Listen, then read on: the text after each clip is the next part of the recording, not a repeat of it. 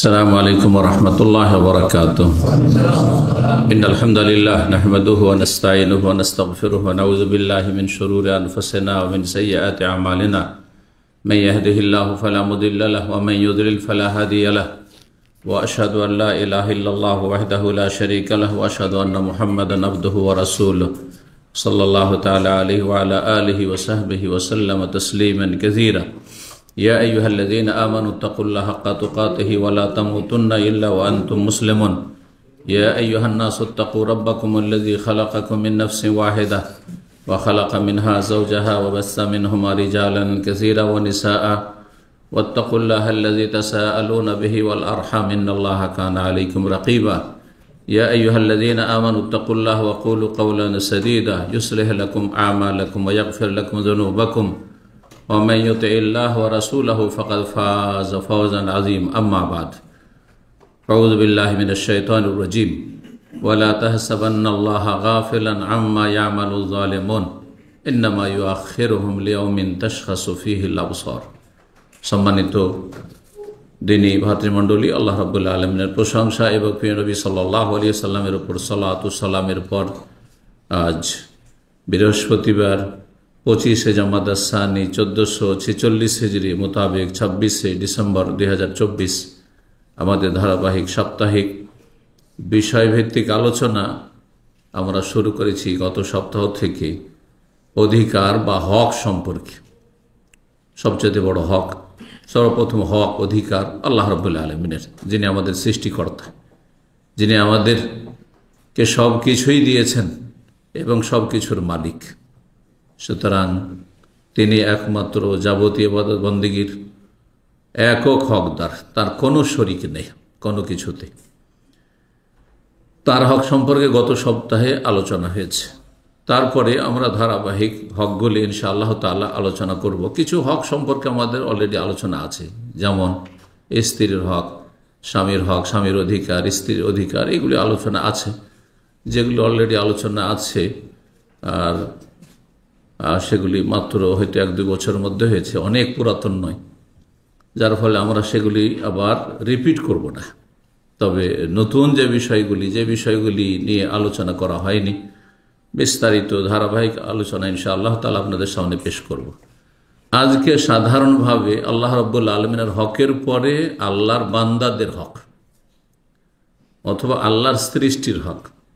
আল্লাহর বান্দা বলতে মানুষকে বোঝায়, জিনকে বোঝায়, এটা সাধারণ মানুষ বুঝে, কিন্তু আল্লাহর সমস্ত সৃষ্টি আল্লাহর বান্দা। আল্লাহর সমস্ত মাখলুক সৃষ্টি আল্লাহর বান্দা।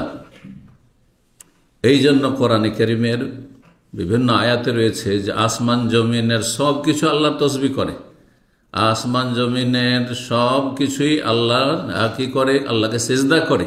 জি, শাজার ওয়া দাওয়াব, গাছপালা ইত্যাদি, হ্যাঁ, সব কিছুই জড় পদার্থ।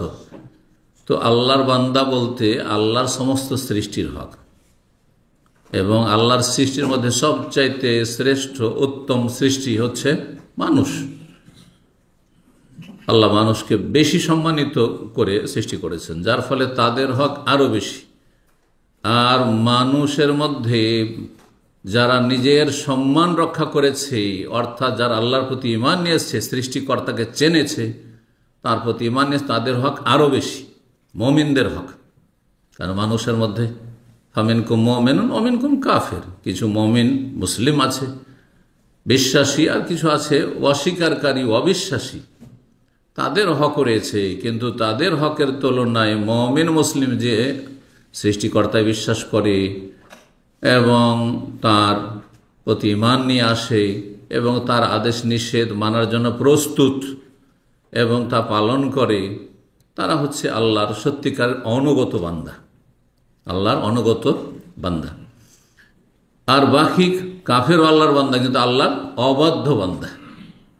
যেই বিষয়গুলিতে তারা নিরুপায়, তখন সেখানে আল্লাহর দাসত্ব করে, অর্থাৎ সৃষ্টিগত বিষয়, প্রাকৃতিক বিষয়। সৃষ্টিগত বিষয় হচ্ছে আল্লাহর যেইভাবে সৃষ্টি করেছেন, যে অঙ্গগুলিকে যেই কাজের জন্য সৃষ্টি করেছেন, সেই অঙ্গ দিয়ে সেই কাজ সম্পাদন করা। এটা যেমন একজন মুসলিম করে, সেটা একজন কাফেরও করে, তাই না? মুখ দিয়ে খান, জিহ্বা দিয়ে স্বাদ গ্রহণ করেন, কান দিয়ে শোনেন, চোখ দিয়ে দেখেন, নাক দিয়ে শুঙেন, হ্যাঁ, হাত দিয়ে ধারণ করেন, পা দিয়ে চলেন, এটা শুধু মুসলিম? অমুসলিমও, তাই না? তো এই সব বিষয়গুলির ক্ষেত্রে যেহেতু তাদের এর বিপরীত কোনো ক্ষমতা নেই, যার ফলে তারা এই বিষয়গুলিতে আল্লাহর দাসত্ব করে, আল্লাহর গোলামি করে। কিন্তু যেখানে আল্লাহ স্বাধীনতা দিয়েছেন, অর্থাৎ যেগুলি হচ্ছে আল্লাহর বিধানগত নির্দেশ, শরীয়তগত নির্দেশ, আল্লাহর প্রতি ঈমান নিয়ে আসো, আমিনু বিল্লাহি ওয়া রাসূলিহি, রাসূলের প্রতি ঈমান নিয়ে আসো, ওয়ালা তুশরিকু বিহি, শিরক করিও না, আকিমুস সালাহ, সালাত কায়েম করো, ওয়া আতু যাকাত প্রদান করো, ওয়ালা তাকরাবুজ জিনা, জিনার কাছে যেও না, ওয়ালা তাকতুলু আনফুসাকুম, তোমরা কেউ কাউকে হত্যা করিও না। এগুলির ক্ষেত্রে যেহেতু মানুষকে আল্লাহ স্বাধীনতা দিয়েছেন, যার ফলে সেখানে তারা অবাধ্যতা প্রকাশ করে, নাফরমানি করে, আল্লাহর বিরুদ্ধাচরণ করে। তো আল্লাহর বান্দাদের হক, তাহলে কথাটি অত্যন্ত ব্যাপক। আর সবচেয়ে শ্রেষ্ঠ বান্দা হচ্ছে আল্লাহর অনগত বান্দা, মানুষের মধ্য থেকে যারা আল্লাহর অনগত, আল্লাহকে ভালোবাসেন, আল্লাহর প্রতি ঈমান নিয়ে এসছেন এবং আল্লাহর উপর ইবাদতবন্দি করেন, হ্যাঁ, আল্লাহর উপর আদেশ নিষেধ মেনে চলার চেষ্টা করেন, তাদের হক। সবার হক সম্পর্কে সাধারণ আজকের আলোচনা। আজকে আমি বেশ কিছু হাদিস আপনাদের সামনে নিয়ে এসেছি মানুষের হকের ক্ষেত্রে বা বান্দার হকের ক্ষেত্রে।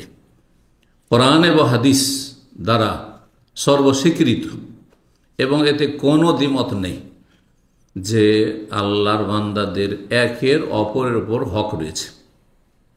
আপনাদের ওপর যেমন আমার অধিকার রয়েছে, তেমন আপনাদের আমার ওপর কি রয়েছে? অধিকার রয়েছে। প্রত্যেক মানুষের আপনার যেমন কিছু প্রাপ্য রয়েছে, অন্যের ওপর, অন্যের আপনার ওপর কিছু কি রয়েছে? দাবি দাবা প্রাপ্য রয়েছে, আদায় করতে হবে। ইন্নাল্লাহ কাদ আতা কুল্লা জি হাক্কিন হাক্কাহু, নিশ্চয় আল্লাহ রাব্বুল আলামিন প্রত্যেক হকওয়ালাকে তার হক দিয়ে দিয়েছেন। সেটা দিয়ে দিয়েছেন আল্লাহ রাব্বুল আলামিন, সেটা ভাগ বন্টন করে দিয়েছেন। আল্লাহ রাব্বুল আলামিন তার নির্দেশ দিয়েছেন যে তোমরা একে অপরের হকের অধিকারের খেয়াল রাখো এবং সেটা আদায় করো। হক নষ্ট করা হচ্ছে জুলম। কারো যদি হক নষ্ট করেন তাহলে কি করলেন? আপনি জুলম করলেন, অত্যাচার করলেন, অবিচার করলেন, আপনি অন্যায়কারী, আপনি জালেম। তাহলে আর আল্লাহর হক নষ্ট করার চাইতে বড় অপরাধ হচ্ছে আল্লাহর বান্দাদের হক নষ্ট করা। আল্লাহর হক কেউ যদি নষ্ট করে তো আল্লাহ রাব্বুল আলামিন ক্ষমা করে দেবেন। এখানে আর কোনো শর্ত নেই অতিরিক্ত। যদি আল্লাহর কাছে ক্ষমা চান তাহলে আল্লাহ ক্ষমা করে দেবেন। যদি আল্লাহ চান আপনার তওবা, আপনার ক্ষমা চাওয়া, আপনার ফিরে আসা সত্যি গ্রহণযোগ্য কিনা, এটা দেখার বিষয়। এর নাম হচ্ছে তওবা ইস্তেগফার। কিন্তু বান্দার হক যদি নষ্ট করেন তাহলে আল্লাহ ক্ষমা করবেন না যতক্ষণ সেই বান্দা আপনাকে ক্ষমা না করবে।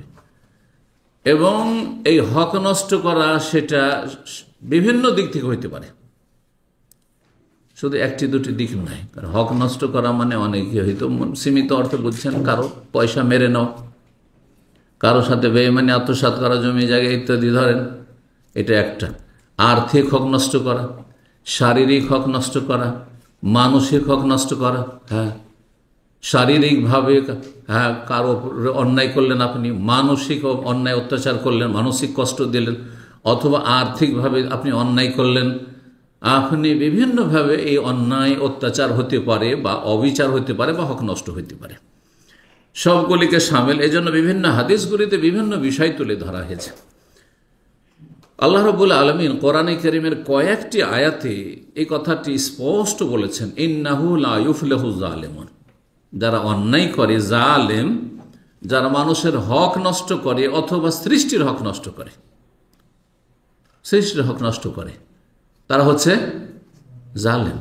জি, এই জন্যই আপনাদের জানা আছে নিশ্চয় যে একজন মহিলা হ্যাঁ একটা বিড়ালকে কি করেছিল? বেঁধে রেখেছিল। মানুষকে নয়, একটা বিড়ালকে বেঁধে রেখেছিল।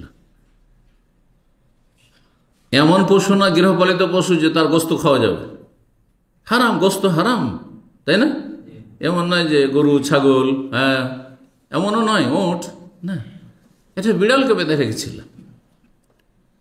আর তাকে খেতে দেয়নি, পানিও দেয়নি, আর ছেড়েও দেয়নি। ঘরে বন্ধ করে অনেকে যারা শহরে বসবাস করে বিড়াল পোষে। কিছু লোক আজকাল ফ্যাশন হয়েছে বিড়াল পোষা। আমি তো শুনে আশ্চর্য হইলাম। এক ভাই নিজে তার পরিবার কথা বলছে, আমার ছেলেমেয়েরা এক একটা ছেলে মেয়ে এক একটা বিড়াল পুষছে, আর খাবার আমেরিকা থেকে নিয়ে আসছে, আমেরিকা থেকে আনাচ্ছে, এবং কার্টুনে করে সরাসরি নিয়ে আসতে পারছে না, ওই দেশে পারমিশন নেই। তখন সৌদি আরবে নিয়ে এসে এখানে পারমিশন আছে, এখান থেকে তারা অল্প অল্প করে নিয়ে যাচ্ছে, খাওয়াচ্ছে। আউযুবিল্লাহ। একজন মানুষের খাওয়া খরচ বা মাসিক চলা খরচের চাইতে বেশি একটা বিড়ালের উপর খরচ করছে, হাজার হাজার রিয়াল বা দিরহাম খরচ করছে। আশ্চর্য হইলাম এই কয়েক সপ্তাহ আগে শুনে। এটা আপনি জুলম করেছেন। আপনি আল্লাহ আপনাকে পয়সা আমানত দিয়েছেন, আপনি জানেন আপনি দিয়ে মানুষ খেতে পাচ্ছে না, মুসলিম ভাই বোন খেতে পাচ্ছে না, এতিম বিধবা খেতে পাচ্ছে না, শীত বস্ত্র পাচ্ছে না, আর আপনি এই বিলাসিতায় বিড়াল পুষছেন আপনি এই পয়সা খরচ করে। আউযু বিল্লাহি মিনাশ শাইতানির রাজিম। এবং বিড়াল পোষা কোনো সুন্নত নাই, ভালো করে শুনে, বিড়াল পোষা কোনো সুন্নত নাই। জি, আবু হুরায়রার নাম থেকে, আর আবু হুরায়রা একটু বিড়ালকে ভালোবাসতো, সেই জন্য বিড়াল পোষার সুন্নাত কিছু মূর্খ লোকদের কথা। এটা কোনো আলেমের কথা নাই। জি, জায়েজ। জি, তারপরে দেখতে হবে যে বিড়াল বেশি হক রাখে না আপনার আত্মীয় স্বজন বেশি হক রাখে, আপনার বাপ মা বেশি হক রাখে। আচ্ছা, এরা তো না হয় বাপ মা আত্মীয় স্বজন, আপনার মুসলিম ভাই বোন হক রাখে। এমনকি অমুসলিম একটা মানুষ বেশি হক রাখে না একটা বিড়াল বেশি হক রাখে? একটা মানুষ না খেয়ে মরে যাচ্ছে অমুসলিম, সে বেশি হক রাখে না একটা বিড়ালে বেশি হক রাখে? এই বিষয়গুলি বুঝার রয়েছে, আর দিনের জ্ঞান থাকতে হবে না। তো আল্লাহ বলছেন জালেম কখনো সফল না। জালেম কখনো, মানে জালেমের পরিণাম ভালো না। আপনি জালেমের যতই আপনি দাপট দেখেন, আর যতই তার বাহাদুরি দেখেন, আর যতই তার প্রভাব দেখেন, আর যত সে বাড়াবাড়ি করুক না কেন, আকাশে উঠে যাক না কেন, কারণের মতো, ফেরাউনের মতো, যুগে যুগে হামানের মতো, আবু জাহালের মতো, এক সময় মাটিতে মিশে যেতে হবে, দুনিয়া আখিরাত বরবাদ করবে। ইন্নাহু লা ইফলিহু যালিম। এটা হচ্ছে কোরআন কারীমের চূড়ান্ত ফয়সালা রব্বুল আলামিনের, যে জালেম কখনো সফল হয় না, কখনো তাদের শিক্ষা দীক্ষা আর দুনিয়া বিচরণ করে বেড়াচ্ছে, আর তাদের পয়সার শেষ নেই, আর তাদের সুখের সামগ্রী শেষ নেই, তো ধোঁকা খাবেন না, কিছুই না। মাতাউন কালিলুন সুম্মা মাওয়াহু জাহান্নাম। আল্লাহ বলছেন সামান্য ক্ষণিকের ভোগের বস্তু, এতে প্রতারিত হবে না, তারপরে পরিণাম একেবারে জাহান্নাম। জি, আল্লাহ রাব্বুল আরো চূড়ান্ত ভাবে ঘোষণা করছেন লা নুহলিকান্না যালিমুন, জালেমদেরকে অবশ্যই আমি ধ্বংস করব, জালেমদেরকে অবশ্যই ধ্বংস করব। আপনি কারো মেরে খেয়ে নিলেন, আপনি কাউকে কষ্ট দিলেন, আপনি কারো কাঁধে পা দিয়ে আপনি ওপরে উঠে গেলেন, হ্যাঁ, যেমন আজকাল করছে, হ্যাঁ, পার্টনারশিপ ব্যবসা শুরু করলো, আর যার টাকা ভোগ করছে ও টাকা দিয়ে বেচারা আশা করে বসে আছে, টাকা আসল টাকাও ফিরিয়ে পায় না, লভ্যাংশ পাওয়া তো দূরের কথা, পরের কাঁধে হ্যাঁ পা দিয়ে লাফ দিয়ে উপরে উঠে গেলেন আপনি, মনে করলেন কান্না জালেম, অবশ্যই জালেমদেরকে আমি ধ্বংস করবো, আল্লাহ বলেছেন রব্বুল আলামিন সূরা ইব্রাহিমে। সুতরাং কখনো জুলম করবেন না। মজলুম হওয়া ভালো জালেম হওয়ার চাইতে, কথাটি ভালো করে রাখবেন। যদি জুলমের শিকারও হইতে হয়, এটা জালেম হওয়ার চাইতে ভালো। যে জুলমের শিকার হলে আপনার দুনিয়ার কিছু ক্ষয়ক্ষতি হইল, কিন্তু আখেরাতের কোনো ক্ষয়ক্ষতি হয়নি। আপনার আখেরাতে আপনি বেনিফিট ওখানে পাবেন, হ্যাঁ, নেকি দিয়ে পেমেন্ট করবে আপনাকে। কিন্তু জালেম হলে আপনার নেকিগুলি আপনাকে দিয়ে জাহান্নামে যেতে হবে, অন্য কাউকে দিয়ে।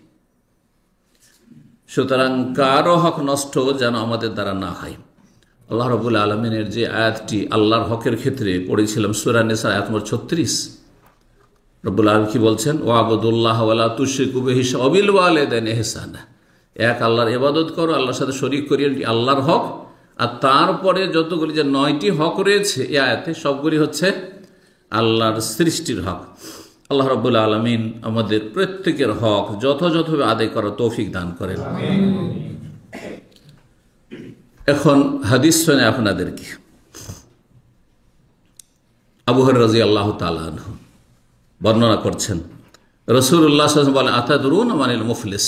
একদিন সাহাবীদেরকে জিজ্ঞাসা করছেন যে তোমরা কি জানো যে মুফলিস কি? মুফলিস মানে নিঃস্ব, মুফলিস মানে সর্বহারা।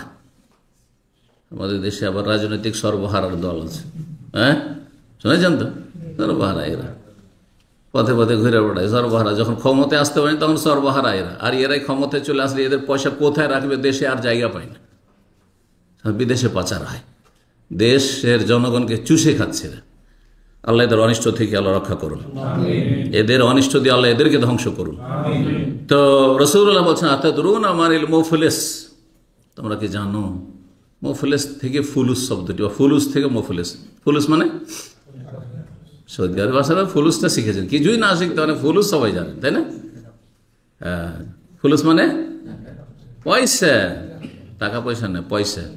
ফিলস এক বছর, ফিলস মানে পয়সা। যে এক পয়সা নেই ভাই আমার কাছে বলছেন না, ওইটা ফিলস, মাফি ফিলস, মাফি ফুলুস। তো মুফলিস মানে তাহলে কে? ফুলুসওয়ালা না, যার কাছে একটা পয়সাও নেই, পয়সা করি কিছুই নেই, এমন ব্যক্তিকে জানো যে ব্যক্তি নিঃস্ব, সর্বহারা, যার কাছে একটি পয়সাও নেই। এমন ব্যক্তি কে? দুনিয়ার তো ওই ব্যক্তি। নবী সাল্লাল্লাহু আলাইহি ওয়াসাল্লাম যখন জিজ্ঞাসা, সাহাবীরা তাই উত্তর দিলেন, আল মুফলিসু ফিনা মান লা দিরহাম লাহু ওয়ালা মাতা। আমাদের মধ্যে সর্বহারা বা নিঃস্ব ওই ব্যক্তি যার কাছে একটা দিরহামও নেই, এটা টাকাও নেই, ওয়ালা মাতা, কোনো বাড়িতে কোনো মাল সামান আসবাবপত্র নেই, কিছুই নেই তার, না বাড়ি, না ঘর, না জমি, না জায়গা, ভিটে মাটি, কিচ্ছু নেই যার। নবী সাল্লাল্লাহু আলাইহি ওয়াসাল্লাম বললেন, শোনো শোনো, ওটা আমি জিজ্ঞেস করিনি, দুনিয়ার ওই সর্বহারা জিজ্ঞাসা করিনি, ও আখিরাতে স্থায়ী জগতে হাসরের মাঠে সর্বহারা নিঃস্ব কি? ইন্নাল মুফলিসা মিন উম্মতি মান ইয়াতি ইয়াউমাল কিয়ামাতি বিসালাতিন ওয়া সিয়ামিন ওয়া যাকাতিন। আমার উম্মতের সর্বহারা নিঃস্ব ওই সব লোকেরা যারা কিয়ামতের দিন হাসরের মাঠে হাজির হবে আল্লাহর দরবারে, অনেক সালাত নামাজ নিয়ে, অনেক রোজা রমজান নিয়ে, অনেক যাকাত সাদকা নিয়ে, ওয়াতি, ভালো কাজ করেছে, তার মানে তারা বেনামাজি ছিল না। নামাজি জালেমের অবস্থা যদি এইরকম হয়, তো বেনামাজি জালেমের কি অবস্থা হবে? আর আজকাল বেনামাজি জালেমেরই সংখ্যা বেশি মুসলিম সমাজে। চিন্তা করেন বিষয়টি। নামাজি জালেমদের কথাই হাদিসে বলা হচ্ছে, রোজা ছাড়েনি রোজাদার জালেমদের কথা বলা হচ্ছে, জাকাতে কোন রকম কমতি করেনি, নয় ছয় করেনি, ঠিকভাবে জাকাত দিয়েছে, তারপরও জালেম, সেই জন্য তার দশাই সর্বহারা। তাহলে তারা কোটিপতি জাকাত দেয় না, কিছু শাড়ি আর লুঙ্গি দিয়ে দিল ছেঁড়া ফাটা, হ্যাঁ একেবারে সস্তা, যেটা দিয়ে ঘর মোছাও হবে না, ঘর মোছাও হবে না, এইসব জাহেলগুলোর জাকাত কোনোদিন কবুল হয় না। তো আর এইরকমই রোজা রাখে, শুধু পেট রোজা রাখে, কিন্তু অঙ্গ প্রত্যঙ্গ তাদের রোজা রাখে না, সমস্ত পাপ করে যাচ্ছে, সমস্ত অঙ্গ প্রত্যঙ্গের পাপ করে যাচ্ছে। রোজা তো শুধু এই নয় যে পেটকে শুধু খিদে আর পিপাসায় রাখবেন, আর বাকি সমস্ত অন্যায় হারাম দেখবেন, শুনবেন, করবেন। আর এই রোজা, রোজা মানে সমস্ত পাপ থেকে অঙ্গ প্রত্যঙ্গকে বাঁচিয়ে রাখার, সংযত রাখার ট্রেনিং, অনুশীলন, এর নাম হচ্ছে আসলে সিয়াম। ওয়াতি কাদ শাতামা হাজা, হাসর মাঠে হাজির হয়েছে, অনেক লোককে গাল দিয়েছে। ও কাজাফা হাজা, আর অনেক লোকের মিথ্যাচার করেছে, মিথ্যা অপবাদ দিয়েছে, এর মধ্যে এই দোষ আছে, এর মধ্যে এই দোষ আছে, এর মধ্যে এই দোষ আছে, এগুলোই করেছে। আজকাল সোশ্যাল মিডিয়ার যুগে এই ফিতনা আরও বেড়ে, এই পাপ আরও বেশি বেড়ে গেছে। কারো সম্পর্কে হ্যাঁ ব্যাস বৈরিতা থাকলেও হইল, তিলকে তাল করে আর দিয়ে দিল স্ট্যাটাস। ওয়াকালামাল হাজা, আর বহু লোকের ধন সম্পদ ভক্ষণ করেছে। ওয়াসাফাকা দামা হাজা, আর কাউকে খুন করেছে বা খুনের সাথে জড়িত, সরাসরি হোক অথবা পরোক্ষভাবে হোক। অনেকে আছে সরাসরি জড়িত নাই, কিন্তু মানুষকে প্ররোচিত করেছে, মানুষকে এমন মনোমেজাজ তৈরি করেছে, যেমন এক শ্রেণীর যে জঙ্গি মোল্লাগুলো, যারা কিছু যুবকদেরকে জঙ্গি মনোভাব তাদের তৈরি করেছে। জেহাদ জেহাদ জেহাদ, মুসলিমদের ফরজ নেই, 5 ওয়াক্ত সালাত নেই, দিন নেই, আকীদা নেই, আখলাক নেই, শিরক থেকে মুক্ত নেই, আর জিহাদ জিহাদ জিহাদ। কোথায় জিহাদ? তো ফরজ ওয়াজিব আদায় করার পরে জিহাদের ইসলাম, ইসলামের 5টি রুকন আদায় করার পরে তখন জিহাদের স্বপ্ন। আর তাও আবার সরকার সেই স্বপ্ন দেখবে, আপনি আমি কি স্বপ্ন দেখে লাভ নাকি? আল্লাহ বোঝার তৌফিক দান করেন। কাউকে খুন করেছে, আর এরকম চোর, ডাকাত, বেঈমান, রাজনীতি করতে গিয়ে মারামারি, খুন করা, আর এই বিদাতি মোল্লাদের টুপি দাড়ি নিয়ে মারামারি, আপোষে খুন করা, সাফাকা দামা হাজা, খুন করেছে। অথচ একই আকিদাই, হ্যাঁ, একই তরিকার, সবগুলি সুফি, এরাও সুফি, এরাও সুফি, এরাও বেদাতি, এরাও বেদাতি, হ্যাঁ, এরাও একই যে মজহাবের, এরাও সেই মজহাবের দাবিদার, এদের নামাজের তরিকা, এদের নামাজের তরিকা সব সমান। তারপরে যদি তারা রক্তপাত করে, মারামারি করে, তাহলে তাদের কি অবস্থা হবে? এরা হচ্ছে সর্বহারা, এরা হচ্ছে নিঃস্ব হাসরের মাঠে। ওদারাবাহাজ, আর কাউকে মেরেছে, হাসর মাঠে বিভিন্ন লোক অভিযোগ নিয়ে আসবে এই জালেমদের বিরুদ্ধে, যারা হক নষ্ট করেছে বান্দার, তাদের বিরুদ্ধে। ফাইউতা হাজামিন হাসানাতিহি, নেকি দিয়ে পেমেন্ট শুরু হলো, পরিশোধ করা শুরু হলো। ওয়াহাজামিন হাসানাতি, ওয়াহাজামিন হাসানাতি, নেকি দিয়ে পেমেন্ট করতে করতে ফাইন ফানিয়াত হাসানাত কাবলা ইউখদামা আলাইহি, তার ওপর যে দাবি দাওয়াগুলি ছিল মানুষের, বান্দার হক নষ্ট করার, সেগুলি আদায় করতে করতে করতে তার নেকি যদি শেষ হয়ে যায়, তখন কি হবে? আরও কিছু লোক আসছে তার বিরুদ্ধে অভিযোগ নিয়ে। ওখেজা মিন খাতায়াহুম, তখন ওই যে অভিযোগকারী যারা মজলুম, নির্যাতিত হয়েছে, যাদের হক নষ্ট করা হয়েছে, তাদের গুনাহগুলি নিয়ে ফাতরেহা আলিহে, তার কাঁধে চাপিয়ে দেওয়া হবে, আমল নামায় চাপিয়ে দেওয়া হবে। সুম্মা তোরেহা ফিন্নার, তারপরে জাহান্নামে ফেলে দেওয়া হবে। অথচ 5 ওয়াক্ত নামাজ ছিল, রমজান মাসের সব রোজাও ছিল, জাকাত সাদকাও ছিল, ফরজ নফল অনেক কিছু ছিল, কিন্তু তা কাজে আসেনি। সহিহ মুসলিমের হাদিস।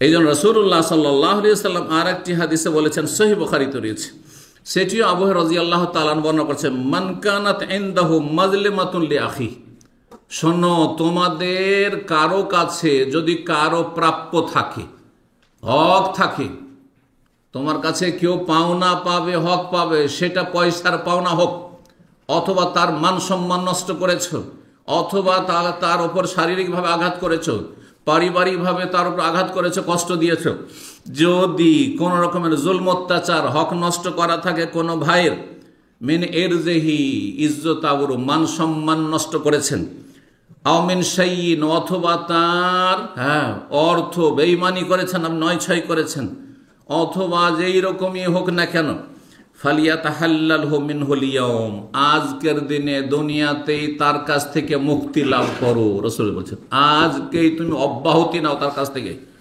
মুক্তি হাসিল করো। কাবলা আল্লাহ ইয়াকুনা দিনারুন ওয়ালা দিরহাম, ওই দিন আসার আগে, যেই দিন একটা পয়সা কড়ি কারো কাছে থাকবে না, না দিনার থাকবে, না দিরহাম থাকবে, না রিয়াল থাকবে, না টাকা থাকবে, কোন সোনা দানা কিছুই থাকবে না, তার আগেই সুব্যবস্থা নাও।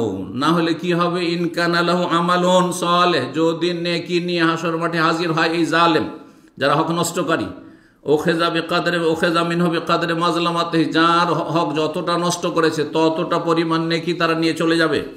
ওয়াইন লাম ইয়াকুল লাহু হাসানাত, যদি নেকি না থাকে, ধরেন বেনামাজি, বেরোজাদার, ফরজ বাদে করেননি, বিভিন্ন হারামে থেকে গেছে, নেকি নেই, ফরজ নেই, নফল নেই, এমন বেশ কিছু নেকিও নেই, অথবা ছিল দিতে দিতে শেষ হয়ে গেছে, তাহলে কি হবে? ওখেজা মিন সাইয়্যাতি সাহিবিহি, ওই যে মজলুম, নির্যাতিত, যাদের হক নষ্ট করা হয়েছে, তাদের গুনাহগুলি নিয়ে ফাহমেলা আলাইহি, তার ওপর চাপিয়ে দেওয়া হবে। রাসূলুল্লাহ সাল্লাল্লাহু আলাইহি ওয়াসাল্লাম বলেছেন। তো তাহলে মানুষের হক বিভিন্ন দিক থেকে নষ্ট করে থাকে, তার মধ্যে একটি হচ্ছে ধন সম্পদের হক নষ্ট করা, আর এটা আজকের যুগে অনেক বেশি। যারা বেদিন, মুসলিম সমাজের, অমুসলিমদের কথা এখন বাদ দিলাম, অন্য সৃষ্টির হক নষ্টের কথা বাদ দিলাম, কারণ সবগুলি যদি বলতে যায় তাহলে অল্প সময়ে কোনোটাই হয়তো হক আদায় করে আলোচনা করা সম্ভব হবে না। মুসলিম সমাজের যারা একটু দিনদারি নিয়ে এসেছেন, তাদের অবস্থার কথা একটু চিন্তা করে দেখেন। পয়সার ক্ষেত্রে অত্যন্ত দুর্বল। আমি এই 25 থেকে 27 বছর হচ্ছে দাম্মামে, 27 বছর হয়ে যাচ্ছে, এই দাম্মামে এসে দেখলাম বেশ কিছু লোক যারা দিন শিখেছে, আমল করেছে, দাওয়াতি কাজে কিছু অংশ নিয়েছে, আর তারপরে অনেক কিছু জেনেছে, আকীদার সংশোধন করেছে, আমলে সংশোধন করেছে, কিন্তু তারা দেশে গিয়ে অথবা এখানে ব্যবসা বাণিজ্যের নামে আর তারপরে পার্টনারশিপের নামে আর দিনী ভাইদের সাথে একসাথে মিলে যৌথ কিছু কাজ করি, আমরা কোনো যে একটা কমপ্লেক্স তৈরি করি, আর এখানে আমাদের একটা সমিতি করি, সমিতি তো বুঝছেন না, সমিতি করি, করার পরে মানুষের হককে এমনভাবে নষ্ট করেছে, লক্ষ লক্ষ টাকা, লক্ষ লক্ষ টাকা শুধু নয়, বরং কিছু মানুষ তো এমন বললো যে আমার প্রায় 1 কোটি টাকার মতো দেওয়া আছে তাকে, আর সেসব টাকা পয়সা নিয়ে এখন আর টেলিফোনে উঠাই না, টেলিফোনে উঠাই না, দেখা সাক্ষাৎ করার চেষ্টা করলে দেখা সাক্ষাৎ করে না। দুনিয়াতে আপনাকে কেউ ধরতে পারলো না, হ্যাঁ, প্রশাসনের কাঠগড়ায় হয়তো কেউ হাজির করতে পারলো না, কিন্তু রবের সামনে তো সেদিন হাজির হইতে হবে, সেদিন হাজির হইতে, এতে কোনো সন্দেহ নেই। কোন এমন ব্যক্তি নেই, মা মিনকুম মিন আহাদিন ইল্লা সায়ুকাল্লিমুহু রাব্বুহু, রাসূলুল্লাহ বলছেন সহিহ বুখারী, এমন কোন মানুষ নেই, আমি আপনি যে কেউ হোক না কেন, আল্লাহ রাব্বুল আলামিন প্রত্যেকের সাথে সেই দিন সরাসরি কথা বলবেন, সরাসরি জিজ্ঞাসাবাদ করবেন। ওয়ালাইসা বাইনাহু ওয়া বাইনাহু তুরজমান, কোন দোভাষী থাকবে না, যে আপনি ভাবছেন যে আমি তো বাংলা জানি, আল্লাহ বাংলা বলবেন, তা আমার জন্য ট্রান্সলেটর লাগবে না আমার মতো, না না না, এখানে আদালতে লাগে কিন্তু ওখানে লাগবে না, কোনো তর্জমান লাগবে না, সরাসরি আল্লাহ কথা বলবেন। ডানে বামে দেখবে জাহান্নাম আর জাহান্নাম, উপায় নেই কিছু, আপনার আমল ছাড়া, সামনে আমল যদি আমল থাকে, নেক আমল থাকে, তাহলে মুক্তি পাবেন, নাহলে কোন মুক্তি পাবেন না।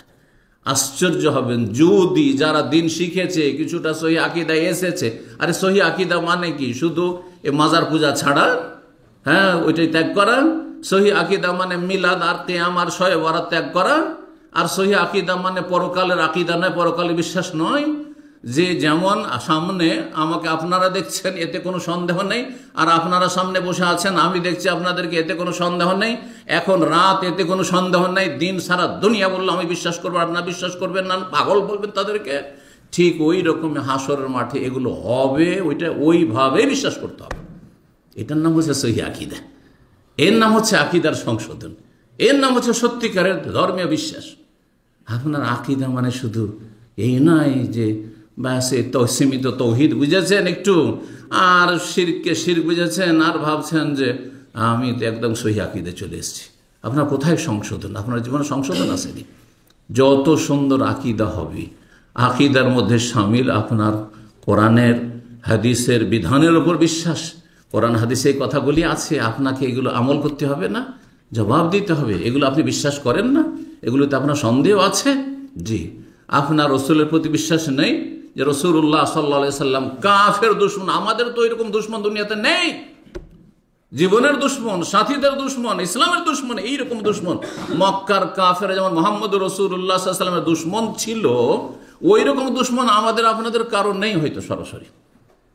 রাসূলুল্লাহ সাল্লাল্লাহু আলাইহি সাল্লামের বাড়ি ঘেরাও করে আছে হিজরতের রাতে, যে আজকে তাকে হত্যা করব, রাতের ভিতরে আল্লাহ তাদেরকে অন্ধ করে দিচ্ছেন, আর রাসূলুল্লাহ সাল্লাল্লাহু আলাইহি ওয়াসাল্লাম সেখান থেকে বেরিয়ে চলে যাচ্ছেন, আলীকে বিছানায় শুইয়ে দিয়ে। আলীকে কেন রেখে যাচ্ছেন?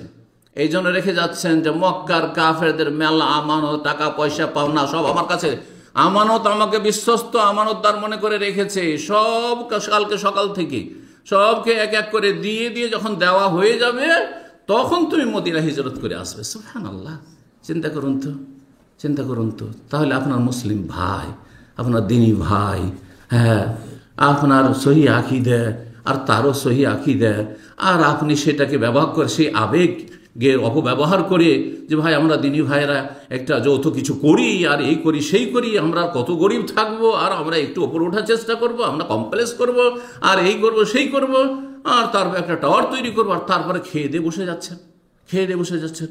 মানুষ আপনাকে সহিহ আকীদা মনে করে আপনাকে ধার কর্জা দিচ্ছে, আর আপনাদের ওয়াদার কোনো মূল্য নেই, আর হকের কোনো মূল্য নেই, আপনার সমস্ত কাজ হচ্ছে। দেখেন আল্লাহ ভালো জানছে যে সত্যি আপনার অভাব আছে কিনা। আল্লাহ বলছেন যদি সত্যি অভাব থাকে, ওয়াইন কানা উসরাতিন ফানাজারাতুন ইলা মাইসারা, কোরআনের ভাষায়, যদি যাকে তুমি ধার কর্জা দিয়েছো সেই ব্যক্তি আর্থিক সংকটে থাকে, অচল, তার সংসার চালাতে হিমশিম খাচ্ছে, এই নয় যে জমি জায়গা কিনছে আর বাড়ি ঘর তৈরি করছে আর এদিকে দিচ্ছে না আপনাকে, এটা নয়। ওয়াইন কানা উসরা, আর্থিক সংকটে অভাবে আছে সে, আর সে খেতে পাবে না, আর আপনি তার কাছ থেকে জবরদস্তি আমার টাকা দাও, তুমি খাও না খাও, মরো, তোমার বাচ্চারা মরুক, না না, এটা ইসলাম বলে না। তখন উপদেশ দিচ্ছেন যিনি ধার দিয়েছেন তাকে, যে একটু তুমি অপেক্ষা করো, নাজেরা মানে ইন্তজার করো, অপেক্ষা করো। এলাম কতদিন অপেক্ষা করব, কতদিন ছাড় দেবো, এলামাই সারা, তার সচ্ছলতা আসা পর্যন্ত, সচ্ছলতা আসা পর্যন্ত সময় দাও। কতটা সময় চাইছে, আর তারপরে একসাথে না পারছে, আস্তে ধীরে দিচ্ছে, সময় দাও। এ হচ্ছে ইসলামের সৌন্দর্য। কিন্তু আপনার দুনিয়ার সমস্ত কাজ হচ্ছে, আর আপনার বিভিন্ন আর্থিক পরিকল্পনা তৈরি হচ্ছে বড় লোক হওয়ার জন্য, আর এদিকে আপনার দিনী ভাইয়ের পয়সার কোনো মূল্য নেই, এমন যেন চরিত্র না থাকে। দেখুন রাসূলুল্লাহ সাল্লাল্লাহু আলাইহি ওয়াসাল্লাম, হাদিস সহিহ বুখারী 2212 নম্বর হাদিস, মান আখাযা আমওয়ালান নাস, কেউ যদি মানুষের টাকা পয়সা নেয়, সেটা আপনি ধার কর্জা হিসাবে নিয়েছেন, অথবা শেয়ারে ব্যবসা করব, আর যেই ব্যক্তি আপনাকে টাকা দিয়েছে সে হয়তো সরাসরি সেখানে ইনভলভ থাকতে পারছে না, দূরে আছে, অথবা সে ব্যবসা বাণিজ্য অত বুঝে না, ভাই আপনাকে এই টাকাটা দিলাম, আর লভ্যাংশ থেকে আমাকে 50% দিয়েন, অথবা যার উপরে একটা চুক্তি হয়েছে দেবেন, আপনি এতটা দেবেন, এতটা আপনি নেবেন, একটু আমানতের খেয়াল রাখেন, আর আমার টাকাটা যাতে একটু বাড়ে এই আশা নিয়ে আপনাকে দিলাম, বিশ্বাস করে দিলাম।